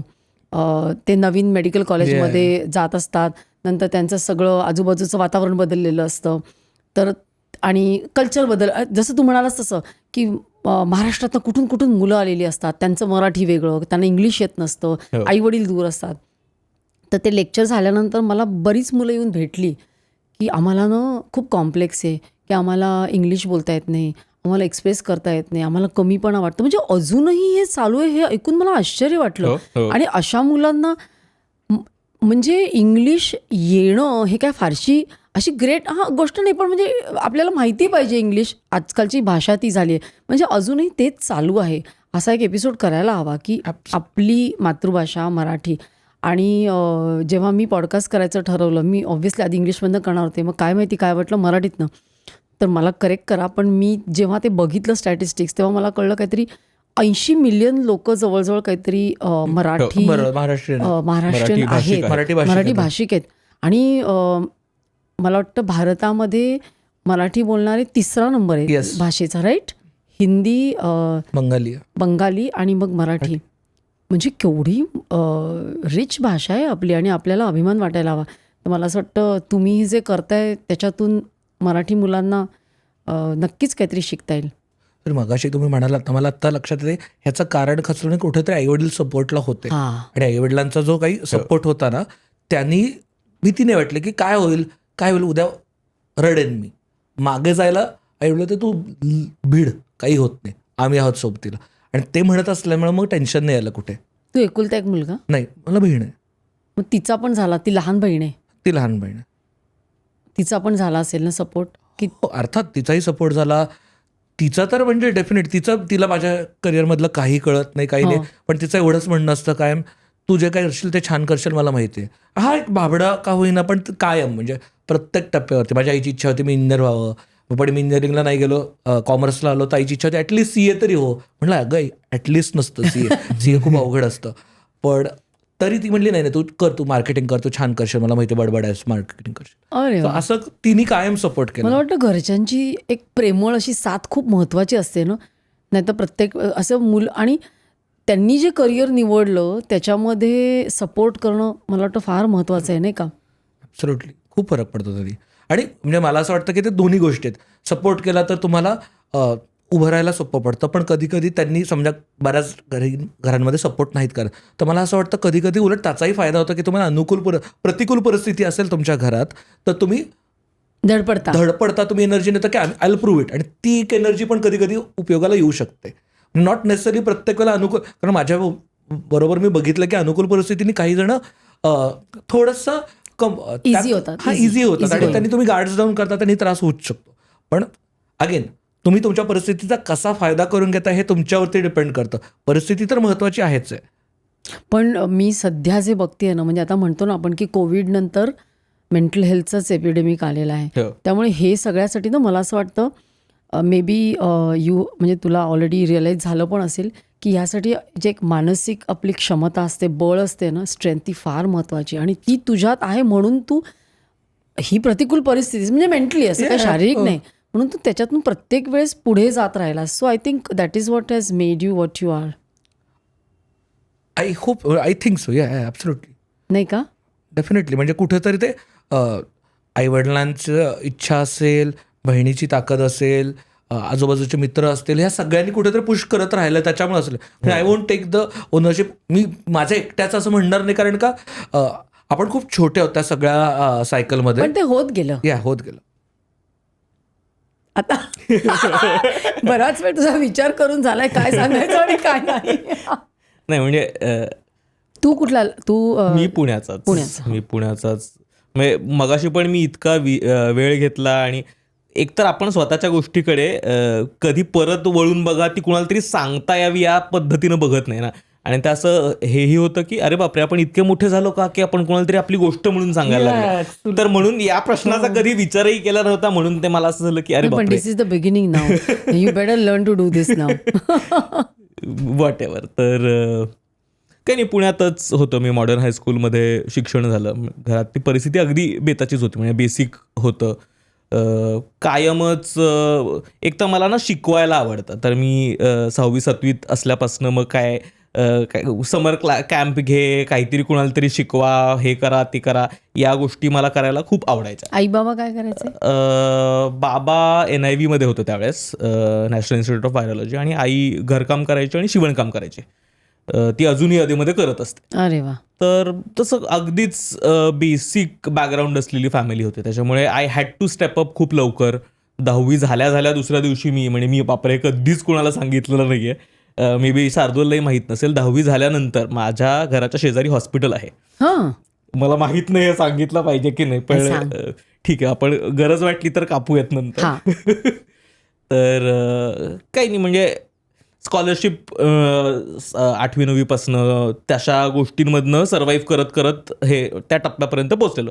10वी झाल्यानंतर मी लगेचच दुसऱ्या दिवशी माझ्या घराच्या शेजारी हॉस्पिटल होतं, त्याच्या कॅन्टीनमध्ये कामाला लागलो. बापरे, हे नव्हतं माहिती. आणि मी तिथे आमच्या शेजारी राहायच्या कुलकर्णी काकू म्हणून, त्यांचंच कॅन्टीन होतं. आणि मग तिकडे मी प्लेट्स उचलायचो, मी सर्व करायचो आणि व्हॉट एव्हर. म्हणजे त्यावेळेस काही वाटायचं नाही ते, कारण आय नीडेड दॅट मनी. मला माझं सर्व्हाइव्ह करायला सोपं होतं ते. किती मिळायचे तेव्हा पैसे? 2,500 रुपये. That is a lot of money. हो. हा, ही आणि तू काही 2010ची असं गोष्ट होती. कमीपणा समजू नको. तुला नाही, माहितीये नाही, का, नाही. फ्रान्सला आणि इकडे तिकडे गेलेली मुलं आता पब्समध्ये आणि इकडे तिकडे, म्हणजे ते अजूनही चांगल्या घरातली मुलं तिकडे गेल्यावर वेटरचीच कामं करतात. हो, हो. हो की नाही? अजूनही हो, हो, हो. अगदी चांगल्या घरातली मुलं तिकडे गेली की संध्याकाळच्या, आणि इट इज व्हेरी गुड, मॅकडोनाल्डमध्ये कामं करतात, ठिकठिकाणी पण कामं ह्यांनीच life करतात. शिकवते. ऑफकोर्स. पण ते सोशल स्ट्रक्चरच तसे असतात ना, की तिथे तुम्हाला कोणी जज करत नाही. म्हणजे अर्थात त्यावेळेस माझ्याही घरच्यांच्या आजूबाजूच्या काही लोकांचं होतं की अरे बापरे, कशाला तुझ्या पोराला तिकडे पाठवतेस वगैरे. अर्थात या रिॲक्शन्स होत्या. पण ठीकच आहे. म्हणजे I think that was very important for myself also, कारण जिथे आत्ता पोचायचं होतं किंवा अजून पोचायचं आहे त्यात. आणि कुठलंही काम करायची लाज न वाटणं या वयात, मला असं वाटतं ह्याच्यापेक्षा पलीकडे काही नाहीये. हो, हो. खरं सांगते मला मी. अजून म्हणजे पण तो एक- हॅट्स ऑफ टू यू की तू हे केलंस. आणि हे काय मला नाही वाटत आईवडिलांनी सांगितलं असेल, हे तू आपणच केलंस. हो, मला अजून पण म्हणजे 10वी झाल्यानंतरच त्या पॅचमधला एक खूप मस्त प्रसंग आठवतो की मी त्या हॉस्पिटलमध्येच सकाळचा चहा, ब्रेकफास्ट आणि चहा द्यायला लागायचा. तर मी सकाळी 7:30 वाजता वगैरे चहा ब्रेकफास्ट देत होतो आणि समोरच्याच रूममध्ये, मला रूमचा नंबरही माहिती आहे, 302 रूम नंबरमध्ये माझ्या शाळेतल्या टीचर होत्या. आणि त्या ॲडमिटेड होत्या काहीतरी कारणामुळे. आणि त्या एकदम मला समोर दिसला, माझ्या हातात चहाचा ट्रे आणि हे. आणि मी तसा बरा पोरगा होतो ना शाळेत, म्हणजे अभ्यासात ठीकठाक होतो, नाटक करायचं वगैरे. मला एकदम असं खूप ओशाळ्यागत झालं की अरे बापरे, माझ्या शाळेतल्या बाई समोर आहेत आणि मी त्यांना चहा सर्व करतोय. आणि मग त्या गडबडीत बाहेर आल्यानंतर काय लॉबीमध्ये चहा सांडला आणि तिथे कोणी आवरायला नव्हतं, तर मलाच तो मॉपही मारायचा होता. आणि ह्याच्यानंतर मला जे काही ओशाळल्यासारखं झालं ना की अरे बापरे, आता संपलो, बाईंना काय वाटेल, आपली इमेज. हा, आपली इमेज वगैरे. पण त्याच्यानंतर ना मला कुठलंच काम करायला काहीच वाटत नाही. म्हणजे मग काहीच, एकदा तो एक असा मला त्यावेळेस वाटलेला ह्युमिलिएटिंग प्रसंग होऊन गेला ना, ब्रेकिंग, तर मग मला कुठलंच काम करायला काही वाटलं नाही. मग ते I was very comfortable working, कारण अल्टिमेटली ते माझं आयुष्य आहे, माझ्या गरजा आहेत, माझ्या कुटुंबाचं काहीतरी एक बॅकग्राऊंड आहे, म्हणून मला ते करावं लागतं आणि मला त्याची लाजच वाटली नाही पाहिजे. तर त्या पॉईंटला मग मी खूप कम्फर्टेबल झालो. मग मी खूप कामं केली. मग मी लायब्ररीमध्ये काम करायचो, त्याच्यानंतर एका डेंटिस्टकडे असिस्टंट म्हणून काम केलं. त्यानंतर मग एक 4-5 वर्ष मग आणि ते एक सतत असतं ना की याचं चांगलं काम करायचं आहे, म्हणून मग मला लायब्ररीत काम करायचं होतं. मग एक 5-6 वर्ष औंधमध्ये, बाणेरमध्ये लायब्ररीमध्ये काम केलं. वाचता पण यायचं खूप, आणि मग ते खूप आवडायला लागलं. त्यावेळेस नाटक करत होतो, फिल्म्समध्ये इंटरेस्ट होता. हा, मग ते कधी एंटरटेनमेंटमध्ये कधी शिरलास? एंटरटेनमेंटमध्ये मी 6वी-7वी पासून नाटक करायचो. म्हणजे मी शाळेपासून तसा चुणचुणीत पोरगा होतो. त्याच्यामुळे संस्कृत श्लोक पाठ करा, वक्तृत्व स्पर्धांना जा, वेगवेगळ्या स्पर्धा द्या, हे सगळं रेग्युलरली करायचं. तर 7वी पासून मग मी स्पर्धांना जायचो. तर वेगवेगळे मग शाळेत खूप नाटक केले. मग 11वी-12वीत काय फार ते रेग्युलर करता आलं नाही, कारण वडिलांची पण तब्येत फार बरी नव्हती. 2016मध्ये ते गेले. आणि मग ते अशा बऱ्याच या सगळ्यामध्ये त्यांना पॅनक्रियाटायटिस झाला होता. येस. 2016मध्ये ज्यावेळेस तुझ्यावर आली सगळी जबाबदारी. फॉर्च्युनेटली या सगळ्यामध्ये माझ्या फॅमिलीचं फॅब्रिक इतकं सुंदर आहे ना, म्हणजे मला आय फील व्हेरी प्राऊड आणि आय फील व्हेरी ब्लेस्ड की या पद्धतीचं कुटुंब मला मिळालं. कारण त्याच्याचमुळे मला आत्ता जे काही हवं ना ते स्वातंत्र्य मिळालं करण्याचं. कारण 21व्या वर्षी माझे वडील गेले, त्यावेळेस अर्थात ते सरकारी नोकर होते, म्हणून त्यांची जागा मला मिळण्याची शक्यता होती. माझी आई म्हटली की नाही, तुला तुझं काहीतरी ॲस्पिरेशन आहे, तुला तुझं काहीतरी करायचं आहे. त्यावेळेस मला ॲक्टिंगही करायची होती. तर माझी आई म्हटली तुला हवं ते कर. आपण माझा धाकटा भाऊ मी नोकरी नाही घेतली म्हणून तो 18व्या वर्षी नोकरीला लागला. आणि he has been working for the family. आणि मग माझ्याही त्या काळात काम करायचे आणि मला दोघांनी त्या जे स्वातंत्र्य दिलं की तू कर, तुला हवं ते, आम्ही मॅनेज करतो. मग त्यांनी शिक्षण सोडलं? नाही, त्याने शिक्षण कंटिन्यू केलं. त्याने ग्रॅज्युएशनपर्यंत त्याचं झालंय गोष्टी. पण माझ्या आईने जो त्यावेळेस निर्णय घेतला की नाही, तुला काहीतरी ॲस्पिरेशन्स आहे ना, तू नको करू ते, तू मोठा असशील ठीक आहे, तुला ती रिस्पॉन्सिबिलिटी घेण्याची गरज नाही. हा अजून फिगर आउटच करतोय, अभ्यासात पण तो बेताचा होता. तिचं असं झालं की हा पण सेटल होऊन जाईल, त्याचं काहीतरी एक नोकरी मिळेल. पण अर्थात एक 18 वर्षाच्या मुलाला नोकरीला जायला लागणं, आणि मी तर ते 16 वर्षापासून करत होतो, तर मला इथे खूप असं होतं की प्रोटेक्टेड ना, माझा धाकटा भाऊ आहे, त्याला नाही हे सगळं करावं लागलं पाहिजे. पण वॉट एव्हर, म्हणजे destiny has its own plans. पण काकू अजून पण आमच्या बिगेस्ट चिअर लीडर आहेत. हो ना. प्रत्येक व्हिडिओवरती कॉमेंट असते आणि त्या सांगतात की छान झालं, आवडलं, नाही आवडलं. हो ना. म्हणजे मला सगळ्यात, म्हणजे आपण ज्यावेळेस म्हणतो ना की कसा इथपर्यंत पोचला, मला असं वाटतं की मला माणसं प्रचंड आवडतात. म्हणजे that is one of the reasons me podcast करायला लागलो आणि ह्या व्यवसायात पडलोय.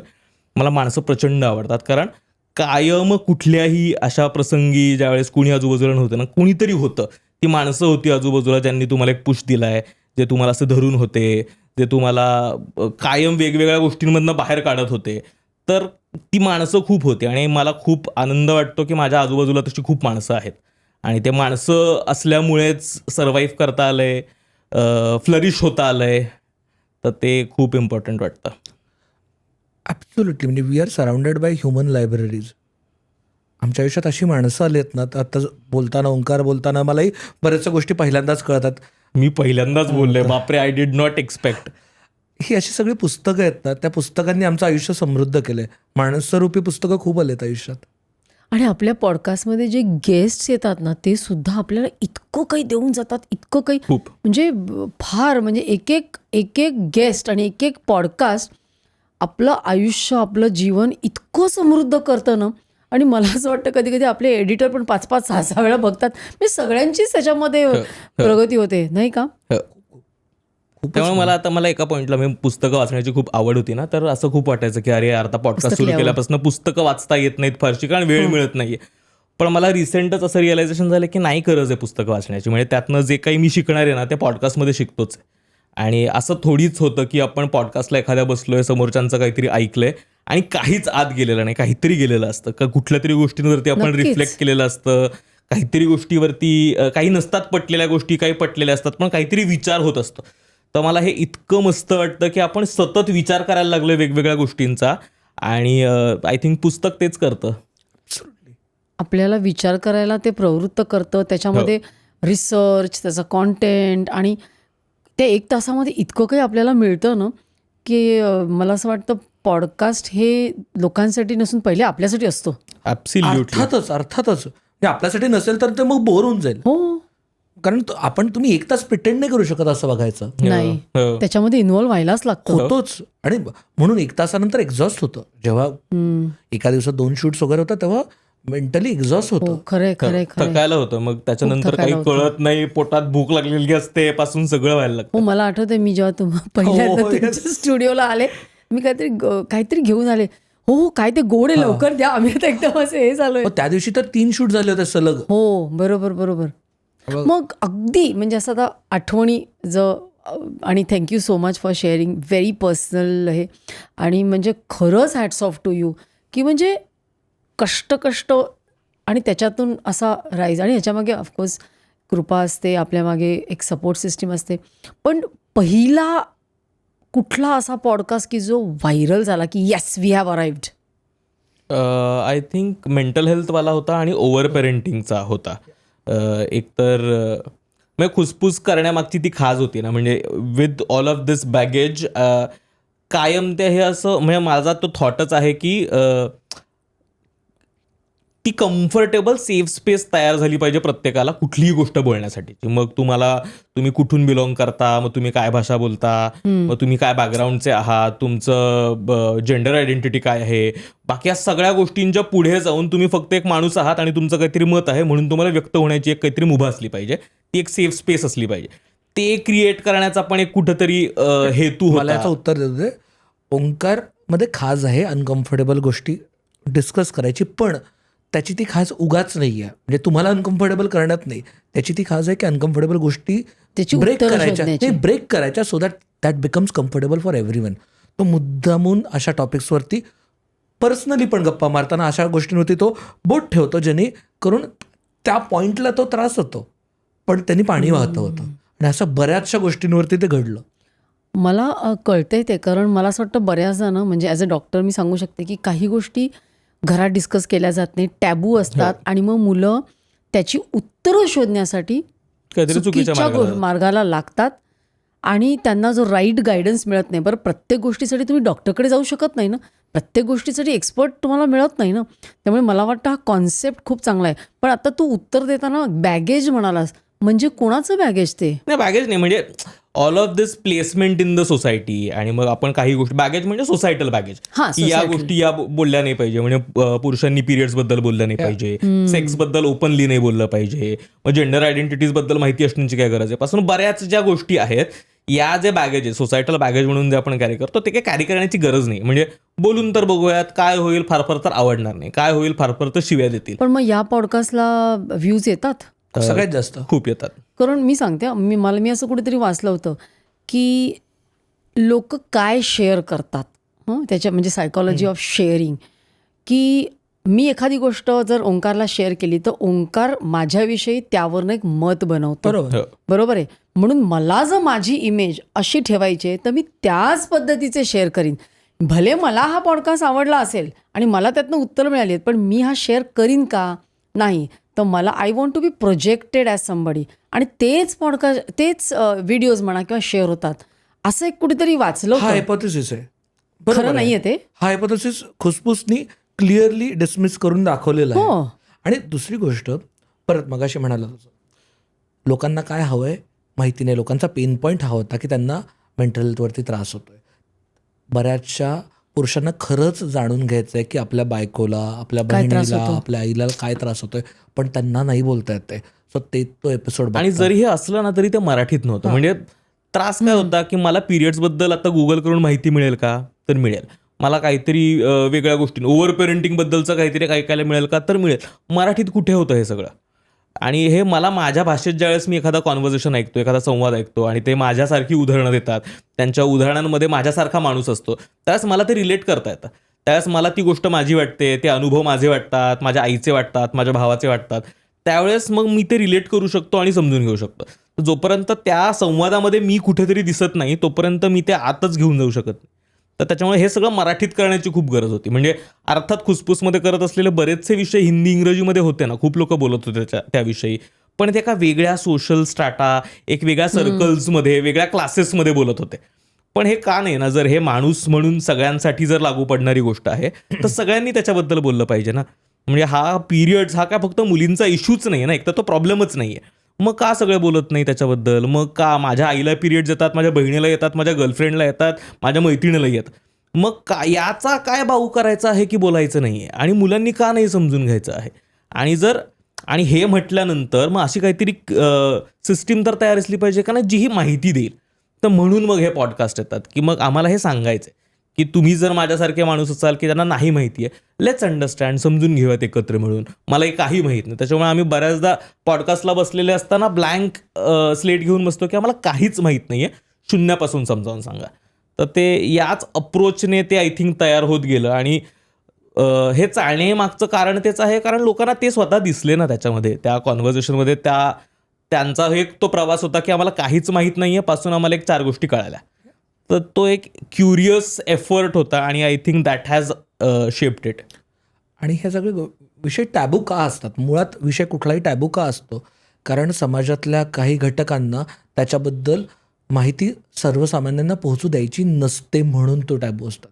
जेव्हा तुम्ही त्याचं गेट ओपन करता तेव्हा त्यांचं दुकान बंद होणार आहे. काय होतं, कुठले असे घटक?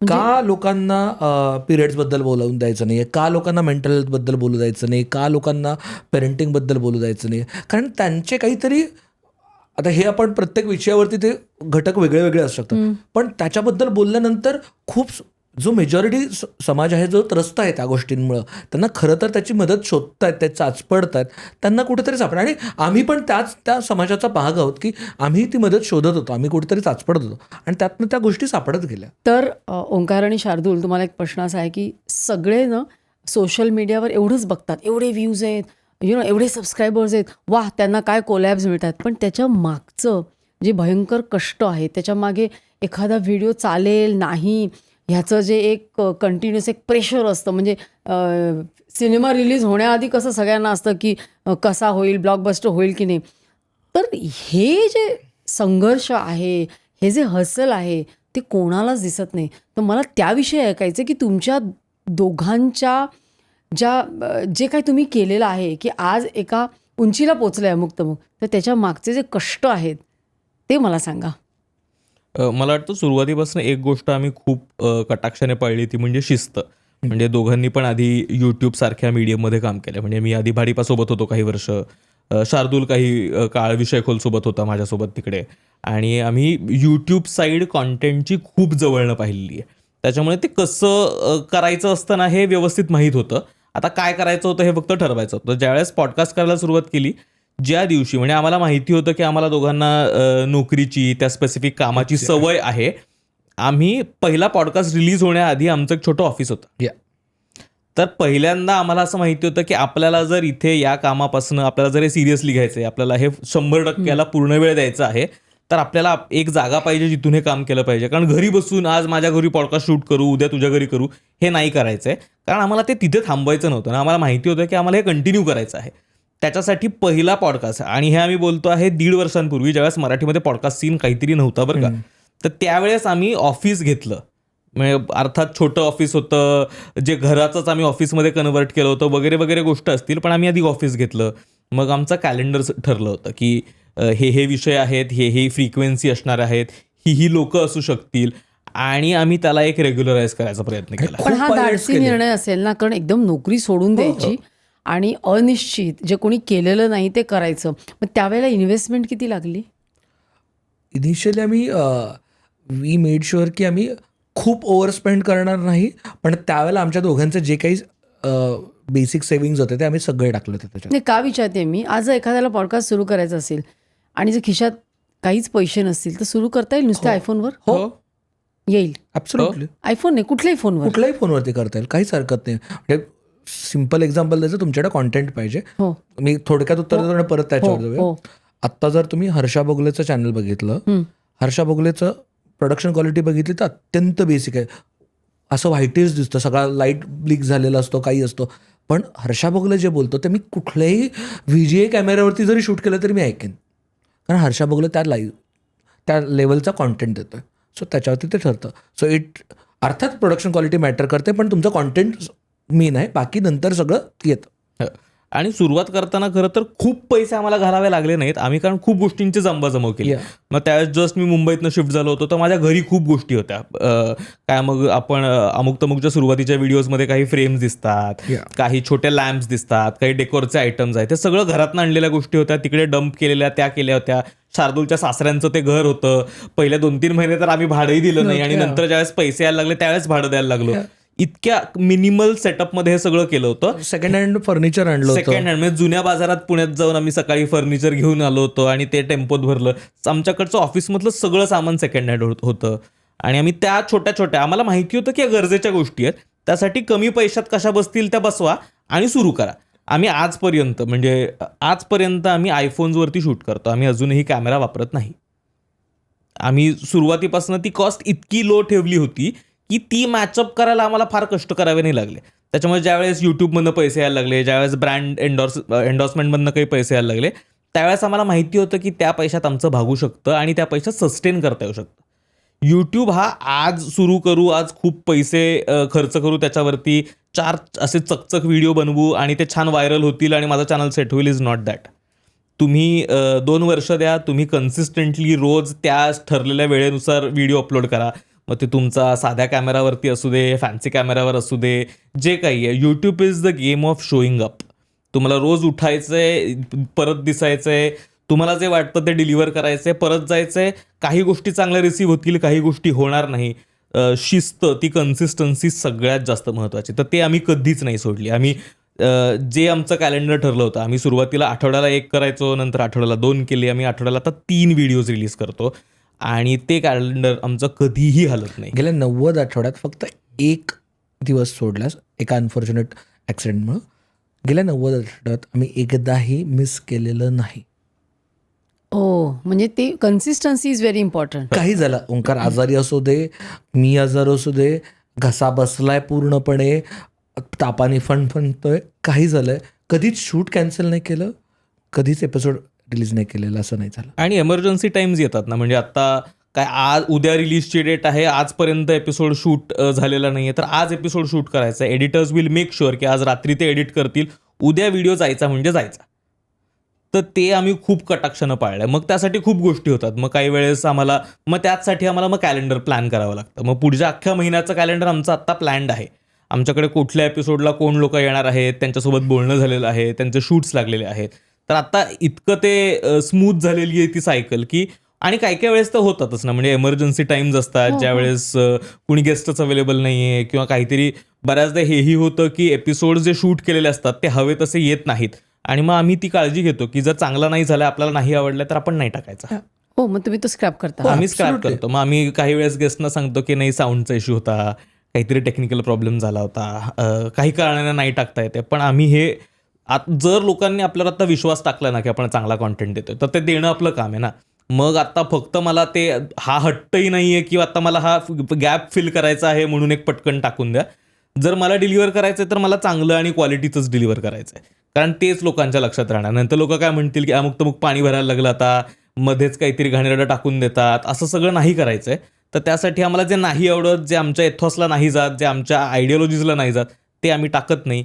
आणि असे बरेच व्हिडिओज आम्ही स्क्रॅप केलेले आहेत. लोकांना आपण एक बेंचमार्क सेट करून दिलेला आहे. तुम्ही म्हणालात ना की एका पॉईंटला 3 सेकंदाचं अटेन्शन स्पॅन नाही. जर आमच्याकडे लोक 20-20 मिनटं ॲव्हरेज व्ह्यू टाईमनी बघतायत, तर आमची ही जबाबदारी आहे की त्यांना त्या क्वालिटीचा कॉन्टेंट देणं. आणि अर्थात त्यामुळे आम्ही आमच्याकडनं येणाऱ्या गेस्टकडनं प्रयत्न करतो की तो त्या लेवलचा कॉन्टेंट येईल. आणि कॉन्टेंट म्हणण्यापेक्षा त्या लेवलचं त्यातनं एक्सपिरियन्स मिळायला पाहिजे. नॉट नेसेसरी प्रत्येकाला नॉलेजच असतं, एक्सपिरियन्स मिळायला पाहिजे. ते जेव्हा आम्हाला 1 तास लोक देत आहेत, आम्हाला हे मेक शुअर करायचं आहे की त्या 60 मिनिटानंतर त्यांच्या आयुष्यात काहीतरी 4 गोष्टी ॲड झाल्यात, काहीतरी एक्सपिरियन्स म्हणून तरी ॲड झाल्यात, नॉलेज म्हणून काहीतरी ॲड झाल्यात. नाहीतर मग का त्यांनी 60 मिनटं घालवलं आमच्यासाठी? 60 मिनिटांनंतर त्यांना वाटलं अरे काय हे बघितलं, असं नाही वाटलं पाहिजे त्यांना. आणि हे कन्सिस्टंटली करायला अवघड जातं. बरोबर आहे. एकदा 2दा 3दा ठीक आहे, पण कन्सिस्टन्सी करायला खरंच अवघड आहे. आणि हे फक्त शार्दूल आणि ओंकारचं काम नाही आहे. ह्याच्यामागे 12 जणांची टीम आहे, ते रिसर्च करत असतात, ते एडिट करताना प्रत्येकाचं असतं की नाही हे नाही चांगलं वाटत आहे, आपण हे परत घेऊया, हे नाही होत आहे, अजून जास्त डीपर जायला पाहिलं होतं. म्हणजे लिटरली आम्ही एकमेकाला सगळे फीडबॅक देत असतात की हे छान नाही झालं. म्हणजे एडिटरही सांगतात की ह्या एपिसोडमध्ये तेवढी मजा नाही आली, एवढा डीप कॉन्टेंट नाही मिळाला. मी मेक शुअर की हे पुढच्या वेळेला तो डीप जाईल. किंवा आम्ही सांगतो की हे नीट नाही एडिट झालं आहे, हे व्यवस्थित नाही झालेलं. कारण का जेव्हा 60 मिनटं प्रॉमिस करतायत लोक आम्हाला, तेव्हा आमची जबाबदारी की त्यांना त्या 60 मिनटात उत्तम कंटेंट मिळाला पाहिजे. आणि कंटेंट मी इथं लिटरली आणि फिगरेटिव्हली दोन्ही पद्धतीने वापरतोय. आणि आणखीन एक गोष्ट अमुक तमुकच्या बाबतीत आम्ही फॉर्च्युनेटली पहिल्या दिवसापासून केली, ती म्हणजे आम्ही त्याला व्यवसाय म्हणूनच पाहिला. आम्ही कायम त्याला एक बिझनेस म्हणून पाहिलं. म्हणजे मान्य आहे आम्हाला त्या विषयांवरती बोलायचं होतं, आम्हाला तो प्लॅटफॉर्म कसा वर्क करतो हे माहिती होता, आम्हाला पॅशनेटली कसं डिलिव्हर करायचं, कसे फॉर्मॅट क्रॅक्स करायचे माहिती होते. पण आम्ही हा पहिल्या दिवसापासून व्यवसाय म्हणून पाहिला. मला वाटतं बऱ्याचदा जी लोक कॉन्टेंट क्रिएशनमध्ये येतात ना, ते करून बघूया, ट्राय आऊट करूयात, मग काहीतरी सापडेल, मग कुणीतरी ब्रँड अप्रोच करतील आणि मग हे करू आणि ते करू. आम्ही पहिल्या दिवसापासून ज्यावेळेस काहीही नव्हतं त्यावेळेस आम्हाला माहिती होतं की कुठे ब्रँड प्लेस होऊ शकतो, ब्रँड प्लेसमेंटच्या काय अपॉर्च्युनिटी आहेत, पैसे कुठून मिळू शकतात, कारण तुम्हाला त्याचा अनुभव होता आणि या सगळ्याचा विचारही केला होता. तर त्याच्यामुळे त्याचं सगळं गणित सुरुवातीपासून तयार होतं आणि आम्ही ते व्यवसायासारखंच घेतलं, म्हणून आम्हाला ते सस्टेन करता आलं. म्हणून मग थोडं स्केलअप करता आलं, मग ऑफिसमधली लोकं वाढवता आली, आणि हे सगळं करताना आम्हाला व्यवस्थित पैसेही मिळत राहिले. कारण अल्टिमेटली जर हा नोकरी सोडणार आहे, मी नोकरी सोडणार आहे, आणि आमच्याकडे जर 12-15 लोक नोकरीला आहेत, तर आमच्या सगळ्यांची घरं त्या माध्यमावर चालणं गरजेचं आहे ना. तर त्यासाठी पैसे कमवता येणं पण गरजेचं आहे. आणि जर ते पैसे कमवता आले तरच त्या टाईपचा कॉन्टेंटही देता येणार आहे. म्हणजे कॉन्टेंट द्यायचा आहे का, तर डेफिनेटली द्यायचं आहे. पण ते जर म्हणजे मला खिशाला चणचण वाचायला लागली, मला उद्या दुसरी नोकरी शोधायला लागली, तर मला जे डिलिव्हर करायचं तेही करता येणार नाही आहे. त्याच्यामुळे दोन्हीचा बॅलन्स साधता येणं सगळ्यात जास्त ट्रिकी होतं, आणि मला वाटतं फॉर्च्युनेटली ते जमू शकलं. आणि त्याच्यासाठी खूप इनिशियल स्टेजमध्ये तुम्हाला डेफिनेटली हसल करायला लागतं. म्हणजे ओंकार जे म्हणाल ना, मी एक्झाम्पल म्हणून सांगतो की आम्ही सुरुवातीला जेव्हा छोटं आम्ही ऑफिस घेतलं, त्या ऑफिसमधलं बाथरूम असेल, सगळं असेल, आम्ही स्वतः ते धुवायचो, साफ करायचो, चहा करणं असेल, चहा घेऊन येणं असेल, भांडी धुणं असेल, सगळं ऑफिस झाडणं असेल, हे सगळं आम्ही दोघं करायचो. आणि तेव्हा कुठे आता आम्हाला ऑफिस हेल्प अफोर्ड करू शकतो. म्हणजे ह्याच्यात काही मोठेपणा नाही, हे सगळेच करतात, घरी पण करतात, तसंच आम्ही पण आमच्या स्वतःच्या ऑफिसमध्ये केलं. पण पॉईंट इज हे करावं लागतं तरच ते, आणि आम्ही त्याच्याकडे बिझनेस म्हणून बघत होतो म्हणून हे केलं. बरोबर. जर आम्ही त्याच्याकडे त्या पद्धतीने बघितलं नसतं आम्ही मे बी करून आम्ही ते चालढकल केली असते त्याच्याकडे. आणि आणखीन एक ह्या सगळ्यातला महत्त्वाचा भाग असतो ते म्हणजे टीम तयार करता येणं. खूप चांगली आम्हाला लोक त्या टप्प्यात सापडली आणि ती छान काहीतरी ॲड करत गेली आणि ती आत्ता अजून पण आमच्या सोबत आहेत. तर ती लोक जे ॲड करत होते, कारण हे बऱ्याचदा व्हायचं ना आमच्याकडे त्या छोट्या ऑफिसमध्ये काही चहा करण्याची सोय नव्हती. पटकन खाली जा, मागे टपरीवरनं चहा घेऊन पळत या, हा असला फ्री तर हा जायचा, मी असलो तर मी जायचो. पण एका पॉईंट नंतर ऑफिसमधली जी त्यांचं ते काम नाहीये ती मुलंही जाऊन करायला लागली. मग सगळ्याच गोष्टींना म्हणजे पहिल्या दिवसापासून आमच्या ऑफिसचं असं वातावरण होतं की सगळेच सगळं करतात. म्हणजे होस्टिंगचं काम जर आम्ही दोघांनी सोडलं तर ते सोडून जवळपास सगळं काम करत होते.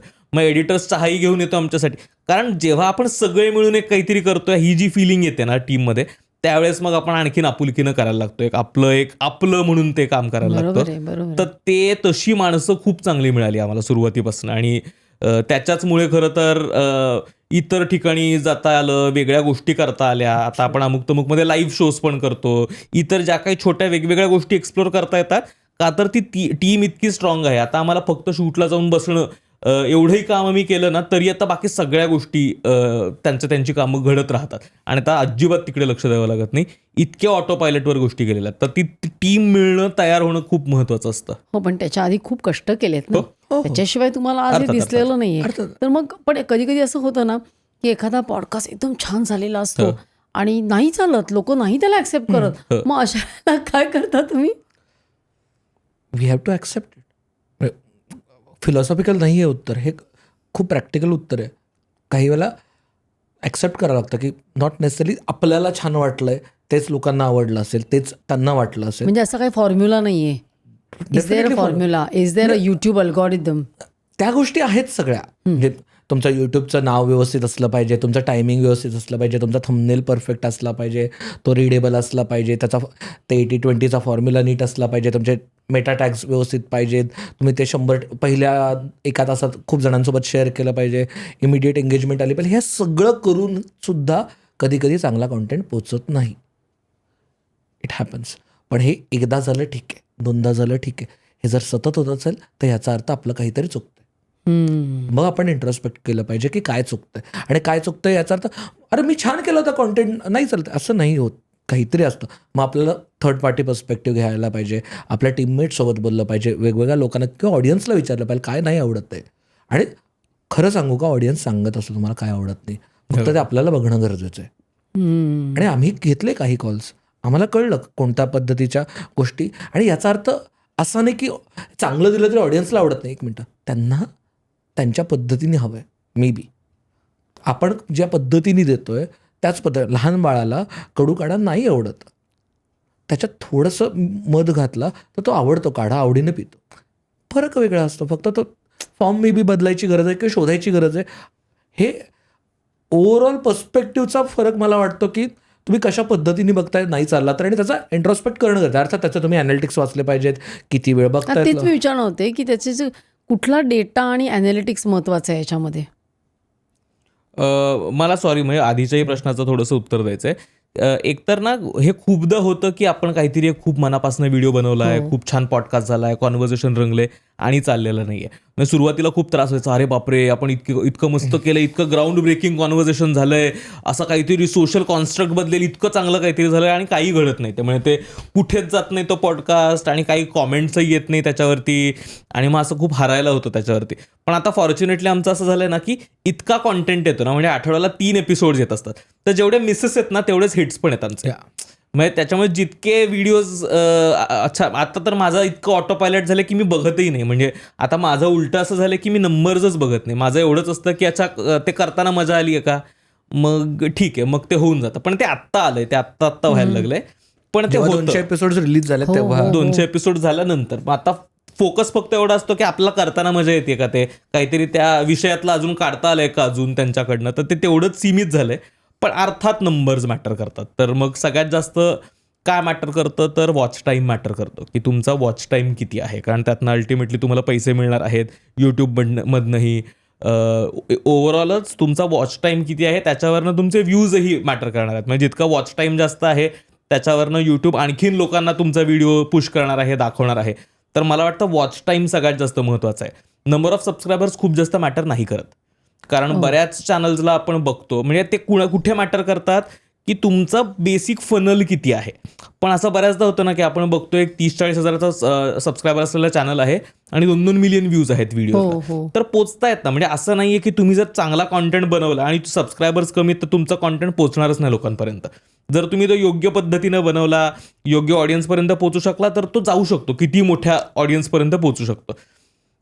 सबस्क्रायबर्स कुठे मॅटर करतात म्हणजे आज तुम्हाला ब्रँडसोबत काम करायचं असतं, ज्यावेळेस त्याच्यावरती बिझनेस साईड म्हणून हवं असतं, रेकग्नाइज चॅनल म्हणून हवं असतं, त्यावेळेस मॅटर करतो.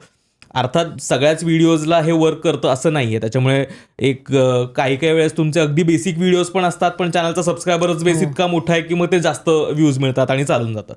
पण हे खूप लोकांना असं वाटतं की खूप नंबर ऑफ सबस्क्रायबर्स म्हणजे खूप चांगलं, पण कन्सिस्टंटली किती नंबर ऑफ व्ह्यूज तुमच्या चॅनलवरती येत आहेत याच्यावरनं पण तुमचे सबस्क्रायबर्स ठरणार आहेत. तर मला वाटतं सगळ्यात जास्त वॉच टाईम आहे. सबस्क्रायबर्स तितके महत्त्वाचे मला तरी वाटत नाहीत. आणि त्याच्या खालची एंगेजमेंट म्हणजे कॉमेंट्स हा थर्ड पॅरामीटर खूप महत्त्वाचा आहे. म्हणजे जे कोणी ब्रँड्स येतात, जे कोणी कंपन्या येतात, ते काय बघतात की तुमच्या कॉन्टेंटसोबत ऑर्गॅनिकली किती लोक इंटरॅक्ट करतात, एंगेज करतात. तर जितक्या छान एंगेजिंग कॉमेंट्स आहेत, काय टाईपच्या कॉमेंट्स आहेत, याच्यावरनं पण तो जास्त लोकांपर्यंत कसा पोचतो आहे, लोकांना कसा रेझोनेट करतोय व्हिडिओ, हे 2-3 पॅरामीटर्स यूट्यूबबाबत खूप महत्त्वाचे आहेत. आणि हे लक्षात घेणं गरजेचं आहे की तुमचा थंबनेल आणि तुमचा कॉन्टेंट हा कुठेतरी मॅच झाला पाहिजे. तुम्ही क्लिकबेट करून आणून काही फायदा नाही, कारण का तिथे कळतं की तुमचा CTR खूप असेल, क्लिक थ्रू रेट खूप छान असेल, पण तुमचं जर ॲव्हरेज व्ह्यू ड्युरेशन कमी असेल तर यूट्यूब तुमच्यापेक्षा जास्त हुशार आहे, त्याला डेफिनेटली कळतं. पण आता युट्यूबने सुद्धा कालच हे केलं की नवीन जे कुठले युट्यूब चॅनल्स आहेत जे क्लिकबेट थंबनेल्स करतात आणि त्यांचा कॉन्टेंट कम्प्लिटली वेगळा आहे, अशा चॅनल्सला 3 स्ट्राईक न देता 1 नोटीस देणार आणि चॅनल बंद करणार. ओके. तर युट्यूब इज ऑल्सो सिरियस की जर तुम्ही फक्त क्लिकबेट वरती तुमचे व्हिडिओ चालवण्याचा प्रयत्न करताय, कारण खूप लोक आहेत, आपण युट्यूब उघडलं की आपल्याला खूप दिसतात, तर फक्त क्लिकबेट वरती वर्क नाही करत, हे खूप मोठं मिथ आहे. आणि दुसरी गोष्ट युट्यूबवरती ना वॉच टाईम म्हणाला ना ओंकार, अजून एक मी बिझनेस पर्स्पेक्टिव्हने सांगतो, म्हणजे दोन, एक तर युट्यूब रेम्युनरेशन पर्स्पेक्टिव्हने आणि ब्रँड पर्स्पेक्टिव्हने. तुमचा किती वेळ बघतात कॉन्टेंट हे खूप महत्त्वाचं आहे, आणि कोण बघतंय, कोणत्या पद्धतीचा ऑडियन्स बघतोय, म्हणजे कोणत्या एज ग्रुपचा बघतोय, किती बायका बघतायत, किती पुरुष बघतायत, त्याच्यानंतर कुठल्या एरियामधून बघतायत, ह्या सगळ्या ह्या डेमोग्राफिक्स हे 3 महत्त्वाचे पॅरामीटर्स तुम्हाला किती यूट्यूबचा रेव्हेन्यू मिळणार आहे ते ठरवतात. सो Tier 1 Tier 2 मधले बघतायत, म्हणजे मेट्रो सिटीजमधले बघतायत, त्यात पण वर्किंग प्रोफेशनल बघतात, म्हणजे 25 ते 55 या वयोगटातले बघतायत, तर पैसे जास्त मिळायची शक्यता आहे, ते जास्त वेळ बघतायत. अगेन त्याच्यानंतर दुसरी गोष्ट, जर फिमेल ऑडियन्स तुमचा जास्ती असेल तर जास्त, कारण का फिमेल ऑडियन्स तसा यूट्यूबवरती खूप कमी एंगेजिंग आहे, सो त्यामुळे त्यांचा ज्या चॅनलकडे तो जास्त असेल त्यांना जास्त पैसे मिळणार आहेत. त्याच्यानंतर ब्रँड्स पण बघतायत की कोणत्या पद्धतीचा ऑडियन्स आहे तुमच्याकडे, म्हणजे तुमच्याकडं स्पेंडिंग कपॅसिटी असणारा ऑडियन्स आहे का, स्पेंडिंग कपॅसिटी नसणार आहे, म्हणजे ह्याच्यानुसार, म्हणजे अगेन ह्याच्यात चूक बरोबर काही नाही, तुम्ही तुमच्या कॉन्टेंटनुसार ठरवायचं आणि त्यानुसार त्या ब्रँडकडे जायचं आहे.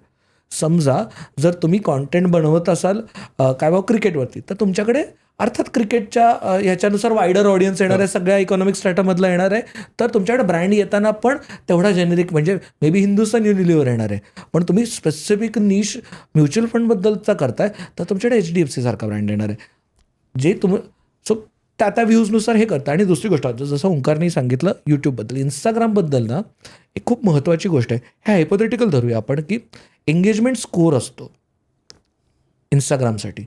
सो सगळ्यात जास्त स्कोर कशाला आहे, सगळ्यात कमी स्कोर कशाला, ह्याच्यापासून चालू करूया आपण. सगळ्यात कमी स्कोर कशाला, लाईकला. आपण कशालाही लाईक करतो, मोस्ट ऑफ द पीपल आपला अंगठानं थांबत नाही, ऑटोमॅटिक लाईक करतो, पुढे ढकलतो, लाईक करतो, पुढे ढकलतो, काय बघितलं हेही कळत नाही. तुम्ही शेजारी बसा कोणाच्या तऱ्हेने बघा, लोक लाईक करतात, पुढे ढकलतात. लाईकला 1 स्कोर आहे. जर मी ते शेअर केलं कोणासोबत तरी तर त्याला 3 स्कोर आहे. मी त्याच्याखाली जर कॉमेंट केली तर त्याला 5 स्कोर आहे. मी जर शेअर करून त्याला स्टोरीवरती टाकलं तर त्याला 7 स्कोर आहे. मी 10-15 जणांना शेअर केलं तर त्याला 10 स्कोर आहे. याचा अर्थ तो शेअरेबल कॉन्टेंट जास्त आहे. हे प्रायमरी पॅरामीटर. आणि मी किती वेळ बघतो आता खाली इंस्टाग्रामवरती पण दिसायला लागलं 67% of the people have seen it more than 3 seconds. याचा अर्थ तो एंगेजिंग कॉन्टेंट आहे. हे खाली यायला लागलं. सो किती वेळ बघतायत हेही इंस्टाग्राम बघायला लागलं. हे सगळे पॅरामीटर्स ठरवून इंस्टाग्राम ठरवतं की हा किती कॉन्टेंट लोकांना पुश करायचं. बऱ्याचदा बघा आपण एखादी रील बघतो त्याला 10 मिलियन व्ह्यूज असतात आणि त्या अकाउंटवरती जाऊन चेक केलं तर त्याला 1500 फॉलोअर्स असतात. ती कुठून गेली? कारण काय ह्या सगळ्या पॅरामीटर्सवरती ती धपाधप पहिल्या 100 लोकांना पाठवली, त्या 100मधल्या 70 लोकांना आवडली. इंस्टाग्राम म्हणते अरे वा एंगेजिंग आहे, 70% लोकांना आवडतं आहे, अजून 1000 लोकांना पाठवा. 1000मधल्या 500 लोकांना आवडली, अरे 1000ला जाऊन पण हे 50% लोकांसोबत एंगेज होतं, अजून 10,000ला पाठवा, 10,000मध्ये पण एंगेजिंग आहे, अजून लाखाला पाठवा. अशा पद्धतीने कॉन्टेंट व्हायरल आणि सगळं ऑर्गॅनिक. हे ऑर्गॅनिक. सो अगेन एंगेजमेंट हाय किती आणि एंगेजमेंटचे वेगवेगळे पॅरामीटर्स असतात. कधी कधी वॉच टाईम असतो, कधी किती कमेंट्स येतात. आणि ह्याला जर तुम्ही खोट्या पद्धतीने क्रॅक केलं की एक शब्द टाका, हे टाका, ते टाका, हे 1-2 दिवस वर्क होतं, नंतर वर्क नाही होत. कारण का अल्टिमेटली लक्षात घेतलं पाहिजे इंस्टाग्रामचे जे डिझायनर्स आहेत म्हणजे डेव्हलपर्स आहेत ते आपल्यापेक्षा 100% हुशार आहेत. बरोबर आहे, बरोबर आहे. आणि हेही समजून घेणं खूप गरजेचं आहे की दोन्ही प्लॅटफॉर्मच्या गरजा खूप वेगळ्या आहेत. म्हणजे यूट्यूबवरती कॉन्टेंट टाकताना मला वेगळे पॅरामीटर्स लावायला लागणार आहेत, इंस्टाग्रामवरती टाकताना मला वेगळे पॅरामीटर्स टाकायला लागणार आहेत. म्हणजे ज्यावेळेस मी यूट्यूबवरती कॉन्टेंट बनवतोय तो जो ऑडियन्स येणार आहे, ते जे सबस्क्रायबर्स आहेत ना, ते माझे नेहमीचे येणारे सबस्क्रायबर्स आहेत, नेहमीची लोकं आहेत. तर आमचं काहीतरी एक नातं आहे, मी एक कॉन्टेंट देतो, त्यात काहीतरी नॉवेल्टी आहे, ते जपून मला कॉन्टेंट टाकायचं आहे आणि त्यांना शेवटपर्यंत एंगेज ठेवायचं आहे. इंस्टाग्रामवर टाकताना हे सगळं करण्याचा फार विचार नाही आहे. इंस्टाग्रामवरती मला तो जास्तीत जास्त शेअरेबल बनवायचा आहे. तर इंस्टाग्रामसाठी जर बेसिक गणित हेच लावायचं की हा शेअरेबल आहे का, माझ्या फीडवर जर आत्ता आला तर मी हा कॉन्टेंट 4 लोकांना पाठवीन का. जर ते गणित त्याचं उत्तर हो असेल तर I think that content is suitable for Instagram. त्यामुळे बऱ्याचदा असं होतं की आपण म्हणजे आम्ही तर यूट्यूब आणि इंस्टाग्राम वेगवेगळ्या कारणांसाठीच वापरतो. आमचं मेन प्लॅटफॉर्म यूट्यूबच आहे आणि इंस्टाग्राम आम्ही जास्तीत जास्त लोकांपर्यंत पोहोचण्यासाठीच वापरतो. म्हणजे तो आमचा फक्त शेअर करण्यासाठीचाच कॉन्टेंट आहे. मी सगळ्याच महत्त्वाच्या गोष्टी तर इंस्टाग्रामवर टाकू शकत नाही ना. म्हणजे यूट्यूबच्या मेन पॉडकास्टमध्ये ज्या इतक्या महत्त्वाच्या गोष्टी डिस्कस होतात त्या काही शेअरेबल नसतात प्रत्येक वेळेस, किंवा 1-1.5 मिनिटात बसणाऱ्या पण नसतात, किंवा त्याचा कॉन्टेक्स्टही लागणार नसतो. पण मग त्याच्यामुळे इंस्टाग्रामवर अशाच गोष्टी जातात ज्या लोक जास्तीत जास्त एकमेकांना शेअर करू शकतील. जर त्या शेअर झाल्या तर लोकांना कळणार आहे की या टाईपचा कॉन्टेंट यूट्यूबवरती एक्झिस्ट करतो, आणि जर ती रील लोकांच्या फीडवर दिसली तरच लोक येऊन बघणार आहेत. त्याच्यामुळे दोन्हीकडे लावताना पॅरामीटर्स खूप वेगवेगळे आहेत, हे खूप लक्षात घेणं गरजेचं आहे. नाही तर खूप लोक एक मध्ये टाइम होता की खूप लोक फक्त त्यांच्या स्निपेट्स टाकायचे, पॉडकास्टचे हायलाइट्स टाकायचे आणि ते चालून जायचं. आता एखादा हायलाइट खूप छान कापला असेल एडिटरने तर ते एडिटरचं स्किल आहे की तरीही तो कॉन्टेंट पीस इंस्टाग्रामवर व्हायरल गेला किंवा काय जास्त चांगला चालला. पण हे सगळ्या कॉन्टेंटबाबत नाही होत. पण जर तुम्ही एक साधा फिल्टर लावला की हा इंस्टाग्रामवर टाकताना हा मी शेअर करीन का, शेअरेबल आहे का, तर कदाचित तुमचा कॉन्टेंट चालण्याची प्रोबॅबिलिटी जास्त वाढते. आणि इंस्टाग्रामवरती आणि यूट्यूबवरती किंवा फेसबुकवरती तुम्ही का जाता ह्याची कारणं समजून घेतली पाहिजे. आपण बसलोय कुठे आणि रॅन्डमली आपल्याला नकळत आपण इंस्टाग्रामवरती जातो. आपण प्रोॲक्टिव्हली इंस्टाग्रामवरती जातो आणि स्क्रोल करायला लागतो. यूट्यूबवरती तुम्ही प्रोॲक्टिव्हली नाही जात. यूट्यूबवरती तुम्ही काहीतरी पर्पजनी जाता most of the times. Purpose म्हणजे काहीतरी महान पर्पज नाही, बेसिक काहीतरी बघू चला. यूट्यूबवरती मला हे बघायचं आहे, मला ते बघायचं आहे, असं जाता आणि तुम्ही सर्च करता.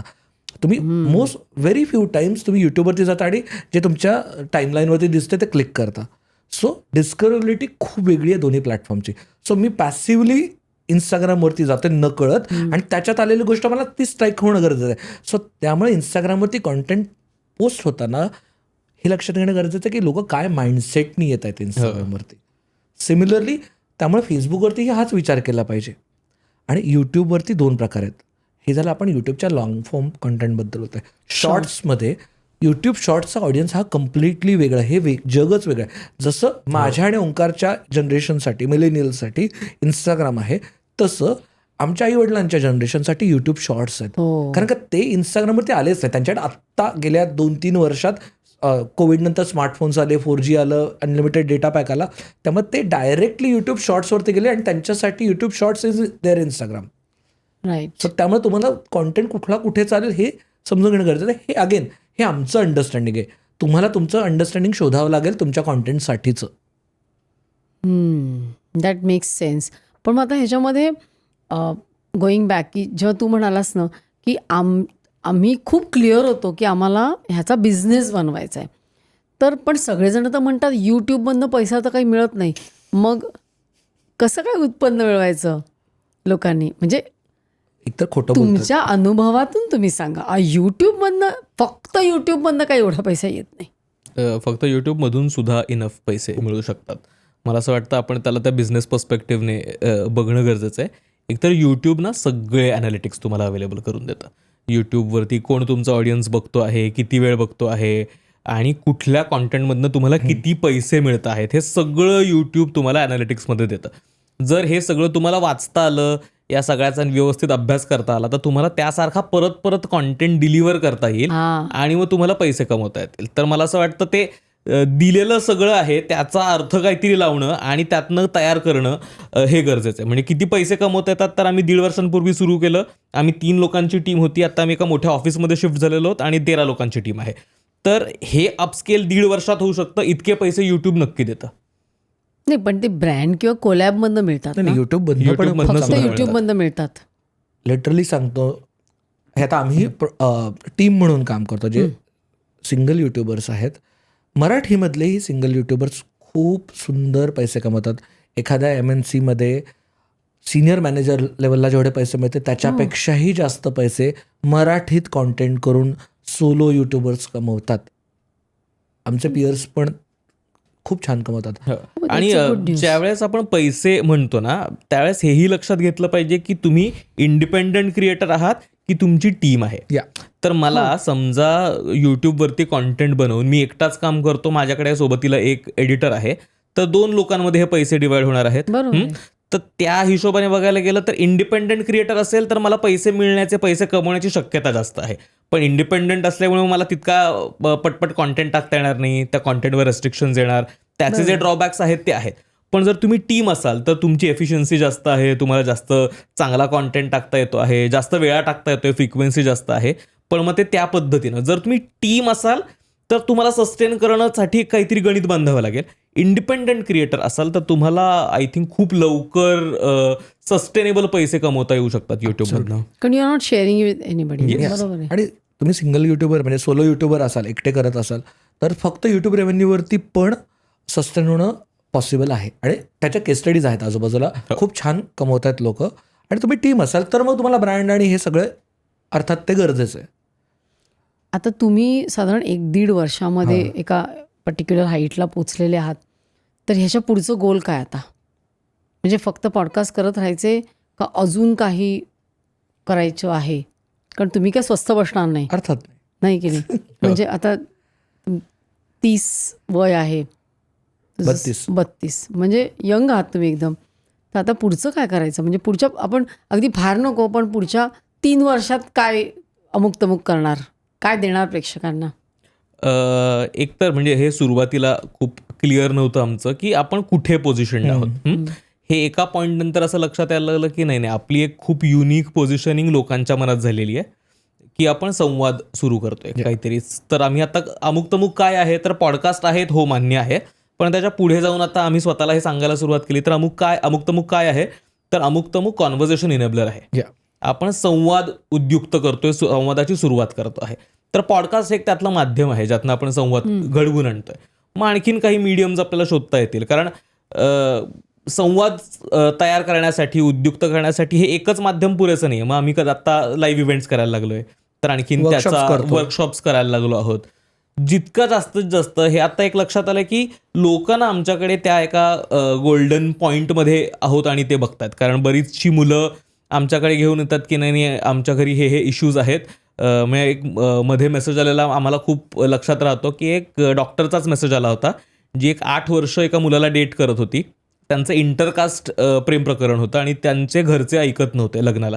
तर तिचा मेसेज आला होता की तुम्ही प्लीज इंटरकास्ट लग्नावरचा एक एपिसोड करा, माझे आई वडील तुमचे फॅन्स आहेत, तुम्ही एपिसोड केला तर मी त्यांना कन्व्हिन्स करू शकेल. तर या पद्धतीचा प्लेसमेंट लोकांनी आमच्यासाठी तयार केलं. Absolutely. तर आता हे माहितीये की जरी पॉडकास्ट आहेत, कॉन्व्हर्सेशन्स आहेत, गप्पा आहेत, त्याच्या पुढे जाऊनही लोक काहीतरी एक वेगळी जागा ऑफर करतायत आणि ती आहे ते संवाद तयार करण्याची. तर त्यासाठी वेगवेगळे जे काही प्लॅटफॉर्म्स उपलब्ध होतील तर ते पुढे एक्सप्लोर करण्याचा विचार आता आहे. परवा मी एक इव्हेंट केला लग्न, रिलेशनशिप आणि कुटुंब म्हणून. त्या कार्यक्रमाला मुंबईतनं 20-25 लोक आले होते पुण्याला, कोल्हापुरातनं काही लोक आले होते, काही लोक नगरवरून आले होते, काही लोक नांदेडवरून आले होते Oh. स्पेसिफिकली ते कार्यक्रमासाठी. आणि मग आमच्या लक्षात आलं की संवाद तयार करण्याची जी आमची इच्छा आहे आणि संवाद उद्युक्त करण्याची ती गरज आहे आणि ती गरज वेगवेगळ्या पद्धतीने आम्ही निभावली तर लोक आम्हाला कामं देणार आहेत, पैसे देणार आहेत. हो, म्हणजे चांगलं काम केलं आणि लोकांना जे हवं आहे ते ऑथेंटिक इन्फॉर्मेशन दिली ना, की मला असं वाटतं पीपल वेलकम दॅट, नाही का? तर त्याच्यासाठी ते व्हाय गरजेचं आहे. हां, ते व्हाय गरजेचं आहे आणि तेवढी ती मगाशी तू म्हणालास तसं फायर इन द बेली पाहिजे, फायर इन द बेली आणि पॉझिटिव्ह म्हणजे त्याच्यासाठी, कारण तरच माणूस हसल करतो आणि तरच काहीतरी एक हे करतो, नाही का? आता एक थोडासा असं सेन्सिटिव्ह की ट्रोलिंग झालं की तुम्ही काय करता? काहीच नाही करत. म्हणजे आनंद पहिल्यांदा होतो आता ट्रोलिंग झाला की. ओके. तर हे खूप सुंदर पॅरामीटर खूप आहे सुंदर पॅरामीटर की ज्यावेळेस तुम्ही ट्रोल होता, ज्यावेळेस तुमच्या कुठल्याही कॉन्टेंटवरती नेगेटिव्ह कॉमेंट्स येत आहे, हां. त्याचा अर्थ तुम्ही नवीन ऑडियन्स पर्यंत पोहोचलेला आहात. ओ. ज्यावेळेस मी माझं एखादी काहीतरी अचीवमेंट किंवा माझी एखादी गोष्ट घरात सांगतो त्यावेळेस सगळे कौतुकच करणार आहेत ना. ज्यावेळेस 4 लोकांना बाहेर घराच्या सांगतो त्यावेळेस हे अरे काय, ह्या हे काय आहे, माझ्या मुलाला तर जास्त चांगले मार्क आहेत, हो, हे हो. काय आहे. तर ज्यावेळेस नेगेटिव्ह कॉमेंट्स यायला लागतो याचा अर्थ तुमचा कॉन्टेंट वेगळ्या सर्कल्समध्ये पाहिला जातो. So it's a mark of growth. आम्ही त्याला उलट्या पद्धतीनं घ्यायला लागलो. जर खूपच, आणि आता नाही आहेत काही फारशा ट्रोल्स आणि आल्या तरी आम्ही आता ते सोडून द्यायला विसरलोय. म्हणजे एक पॉईंट होता ज्यावेळेस आम्हाला फार वाटायचं की आम्ही थोडे इन्फॉर्मल आहोत, कॅज्युअल आहोत, पायवरती करून बसतो, खदा खदा हसतो. त्याच्यावरनं खूप लोकांना त्रास होतो आणि ठीक आहे, म्हणजे स्वाभाविक आहे. त्यांनी मुलाखत करायला अशा रोलमध्ये नाही पाहिलंय, त्यांनी खूप फॉर्मल ऐकताना पाहिलंय, त्याच्यामुळे त्यात त्यांचं चूक आहे असं असं नाही, नाहीये, हां. त्यांनी पाहिलं नाहीये तसं. पण आता त्यांना त्यांचाही विश्वास बसायला लागला. म्हणजे एक कॉमेंट मला खूप लक्षात राहते, एक आजोबांची कॉमेंट होती. त्यांनी असं लिहिलं होतं की सुरुवातीला तुम्ही खूप अगळपगळ बसायचात, चेष्टा करायचात, त्यावेळेस तुम्ही काही आवडायचं नाहीत, पण आता मी रेग्युलरली कॉन्टेंट बघतो आणि मला आता तुम्ही माणसं म्हणून कळलात, आता मला ते खटकत नाही. ओ. तर त्यांचाही प्रवास काहीतरी आमच्यासोबत झाला आणि ते झाला. त्यांना कळलंय. तर आता मला सुरुवातीला खूप वाटायचं की अरे बापरे, हे हसण्यावरती बोलतायत आणि मग हे असं कसं बोलू शकतात. पण आता एक ते हे तयार झालंय की ते एकतर म्हणजे आम्ही त्याला ग्रोथ म्हणून बघतो. नवीन काहीतरी कॉमेंट आली, ट्रोल आलं की अरे वा, चांगल्या नवीन लोकांपर्यंत आपण पोहोचलो, त्यांच्या फीडवर परत दिसू आणि मग आपण त्यांना कन्व्हिन्स करू की आम्ही हे असे आहोत आणि लोकही कम्फर्टेबल होतील. तर आता त्याचा फार त्रास नाही होत, सुरुवातीला व्हायचा.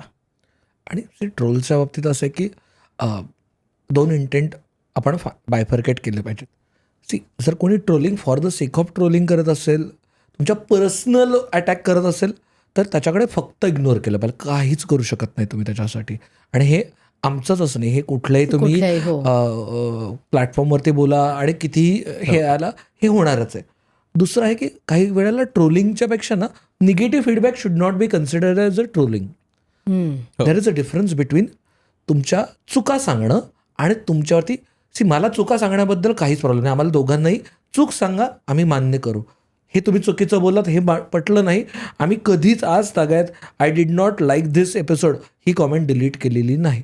पण पर्सनल अटॅक करणार असाल तुम्ही आमच्या गेस्टवरती, आमच्यावरती अननेसेसरी काहीतरी तुम्ही शिवीगाळ करणार असाल, तुम्ही जातीवादी काहीतरी बोलणार असाल, तर त्या गोष्टी टॉलरेट नाही करायच्या. एवढ्या फक्त इग्नोर करून पुढे जायचं. लिटरली एवढंच आहे. कारण का लोगों का काम है कहना, लोग कुछ तो कहेंगे. सॉरी, बरोबर आहे. कुछ तो कहेंगे. कुछ तो लोग कहेंगे, लोगों का काम है कहना. तरक्की करतोय. आता अगदी शेवटी फक्त जे नवीन मिलेनियल्स आणि जेन्झीज आहेत की ज्यांना कॉन्टेंट क्रिएटर व्हायचं आहे, त्यांना आपण थोडक्यात काय सांगूया संदेश? खूप संधी आहेत, खूप गोष्टी शिकण्यासारख्या आहेत.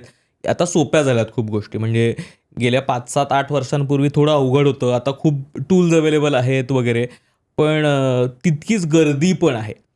तर ज्यावेळेस तुम्हाला खात्री आहे की मी हे काहीतरी माझ्याकडे वेगळं आहे देण्यासारखं, वेगळं आहे सांगण्यासारखं, त्यावेळेस तुम्ही नक्की स्टँड आउट करू शकता आणि नक्की करायला पाहिजे मला असं वाटतं. म्हणजे पण हे आता मी एका कॉलेजमध्येही शिकवतो, डिजिटल कॉन्टेंट क्रिएशन हाच विषय घेऊन. तर आम्हाला तिकडे कायम असा प्रश्न पडतो की मग फॉर्मल शिक्षण घेतलं पाहिजे का? कारण खूप जण जी आत्ताची नवीन मुलं आहेत ना, त्यांचं स्वप्न हे असतं की मला इन्फ्लुएन्सर बनायचं आहे, मला कॉन्टेंट क्रिएटर हे बनायचं आहे. ह्या सगळ्यांनी एक लक्षात घेतलं पाहिजे की हे जे आत्ता सगळे क्रिएटर्स, इन्फ्लुएन्सर जी कोणी तुम्हाला लोक दिसत आहेत ना, त्या लोकांनी त्यांचं काहीतरी एक फॉर्मल एज्युकेशन पूर्ण केलेलं आहे. त्यांचं काहीतरी एक शिक्षण आहे. त्याच्यानंतर त्यांनी आवड म्हणून हे करायला सुरुवात केली आणि ते वर्क झालं. आत्ताची खूप मुलं शाळेतच असताना त्यांना असं वाटतं की नाही, मी कॉन्टेंट क्रिएटर बनणार, मी इन्फ्लुएन्सर बनणार. पण राजा, उद्या जर तो प्लॅटफॉर्मच बंद झाला तर काय करणार आहेस? एक्झॅक्टली. उद्या यूट्यूब बंद झालं, गाशा गुंडाळा निघून गेलं, काय होणार आहे तुझं? तर याच्यासाठी आपलाही एक काहीतरी बॅकअप प्लॅन असला पाहिजे, आपलंही एक काहीतरी शिक्षण असलं पाहिजे, ज्याच्या बेसिसवरती मला इतरही काहीतरी करता येईल. त्याच्यामुळे कॉन्टेंट क्रिएटर बनावं का? तर जरूर बनावं. तुम्हाला काहीतरी गोष्ट सांगता येणार असेल, जास्त लोकांपर्यंत पोहोचवायची असेल तर खूप छान माध्यम आहे, तुम्ही पोहोचवू शकता.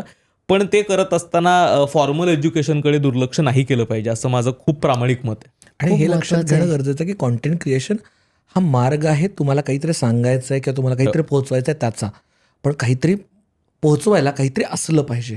सो त्याच्यासाठी तुम्हाला शिक्षण बनलं गरजेचं पाहिजे, आहे. काहीतरी बनलं पाहिजे इधर पहिले. ते आणि नॉट ते फॉर्मल एज्युकेशन असेल, तुमच्या एक्सपिरियन्शियल लर्निंग तुम्ही शिकणं गरजेचं आहे. ओंकार हे बोलतोय, ओंकार BA इकॉनॉमिक्स आहे, त्यांनी MSc केलेलं आहे, मास्टर्स ग्रॅज्युएशन.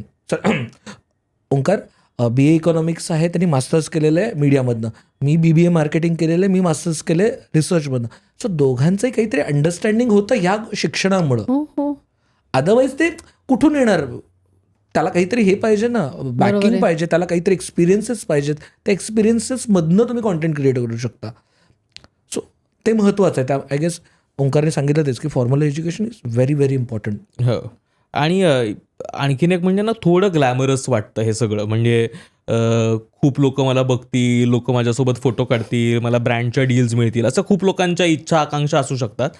पण हे समजून घेणं खूप गरजेचं आहे की ना, ते खूप लवकर डोक्यातही जाऊ शकतं एखाद्याच्या, आणि मग ते तुमच्या मेंटल हेल्थवर त्रास देऊ शकतं, तुमच्या व्यक्तिमत्वावर काहीतरी परिणाम करू शकतं. तर ते हे छान आहे, ग्लॅमरस आहे वगैरे वगैरे वगैरे, पण मी त्याच्यापासून अफेक्टेड नाही होणार आहे ना. म्हणजे असं एखादं करिअर करून मिळवायचंच काय, ज्यावेळेस मी माझ्या घरच्यांपासनं, माझ्या मित्रांपासनं, माझ्या कुटुंबापासून दुरावला जाईल, आणि माझंच एक काहीतरी खोटं विश्व आहे, आणि मी सतत काहीतरी त्याच्यावर कॉन्टेंट टाकतो आहे, आणि त्याच्यावर लाईक्स नाही आले, शेअर्स नाही आले की माझं काहीतरी डिप्रेशनमध्ये जातोय मी, किंवा काहीतरी त्रास होतो आहे. तर हे एक नक्की समजून घेतलं पाहिजे की हे जरी सोशल मीडिया, कॉन्टेंट क्रिएशन वगैरे वगैरे असलं ना, तर हे खोटं आहे, आभासी आहे. इट इज व्हर्च्युअल, आभासी आहे ते. तर तेच फक्त आयुष्य असून चालणार नाही. तुम्हाला खरं पण आयुष्य काहीतरी पाहिजे. त्यासाठी खऱ्या लोकांना पण भेटलं पाहिजे, खरेही मित्र असले पाहिजे, घरच्यांनाही वेळ दिला पाहिजे, हे सगळं पण करता आलं पाहिजे. तर या काहीतरी आभासी जगाचा एक जस्ट तुमचा एक भाग आहे. हे लोकांना ऐकताना थोडं अवघड वाटेल, कारण मी स्वतः त्या क्षेत्रात काम करतोय आणि मी हे म्हणतोय, पण मला ही क्लॅरिटी आहे की हे आभासी आहे. हे सगळं आज आहे, उद्या नसेल कदाचित, पण हे सगळं असताना मला माझं एक खऱ्या आयुष्याच्या मला सीमा माहिती असल्या पाहिजेत, आणि ती जाणीव खूप महत्वाचं आहे. गरजेची आहे. कारण म्हणजे अगदी 99.9% लोक डोळे उघडले की पहिले इंस्टाग्रामवर जातात, सोशल मीडियावर जातात, आणि अगदी 1-1, 2-2 तास मुलं तेच करतात.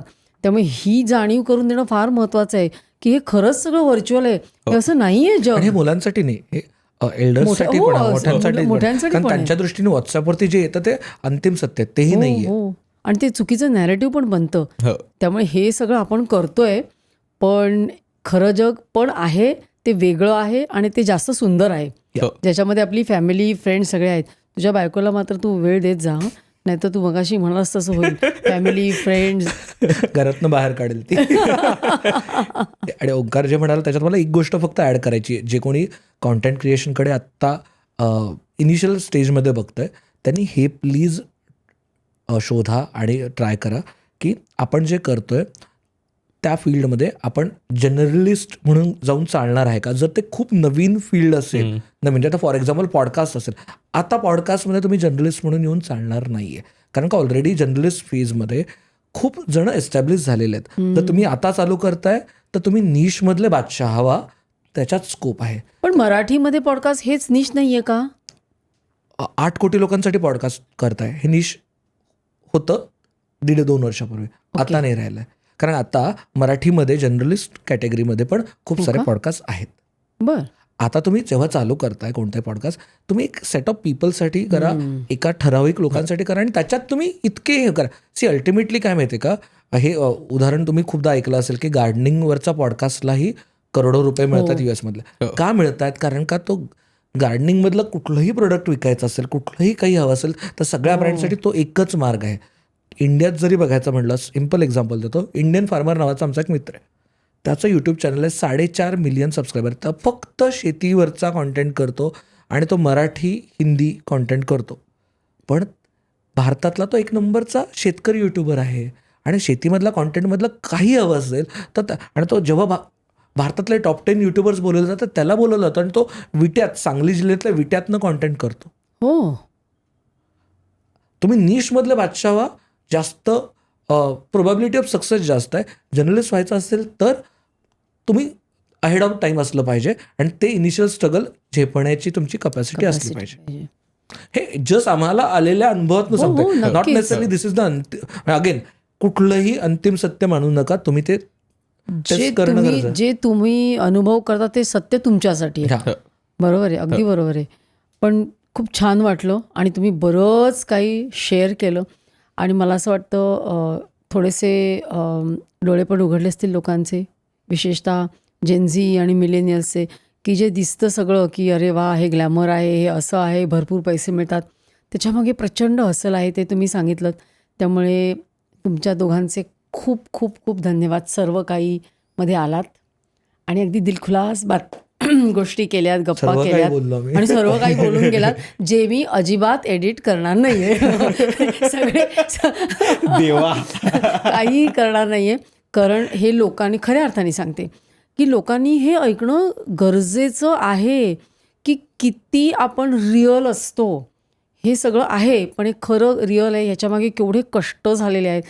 आणि मला स्वतःला भयंकर आवडलं. म्हणजे मी कुठलीही एक्सपेक्टेशन न ठेवता तुमच्यासमोर बसले होते आणि मला खरंच जाणून घ्यायचं होतं की शार्दूल खरा कोण आहे, ओंकार खरा कोण आहे. हे अमुक तमुकच्या मागे ही 2 मुलं आहेत, पण ती मुलं आज जी आहेत, ज्या यशस्वीपणे ते सगळं हे माध्यम हाताळत आहेत आणि आज एका नंबर 1ला तुम्ही आहात, तर त्यामुळे हे कसं काय आहे, तुम्ही कसे घडलात, आज तुमच्या आईवडिलांना केवढा मोठा अभिमान असेल. आणि मला असं वाटतं मला मिळालं जे मला हवं होतं ते, त्याबद्दल तुमच्या दोघांचे खूप सारे सर्व काही कडून धन्यवाद धन्यवाद आणि धन्यवाद. तुम्ही एवढ्या लांबून आलात, थँक्यू सो मच.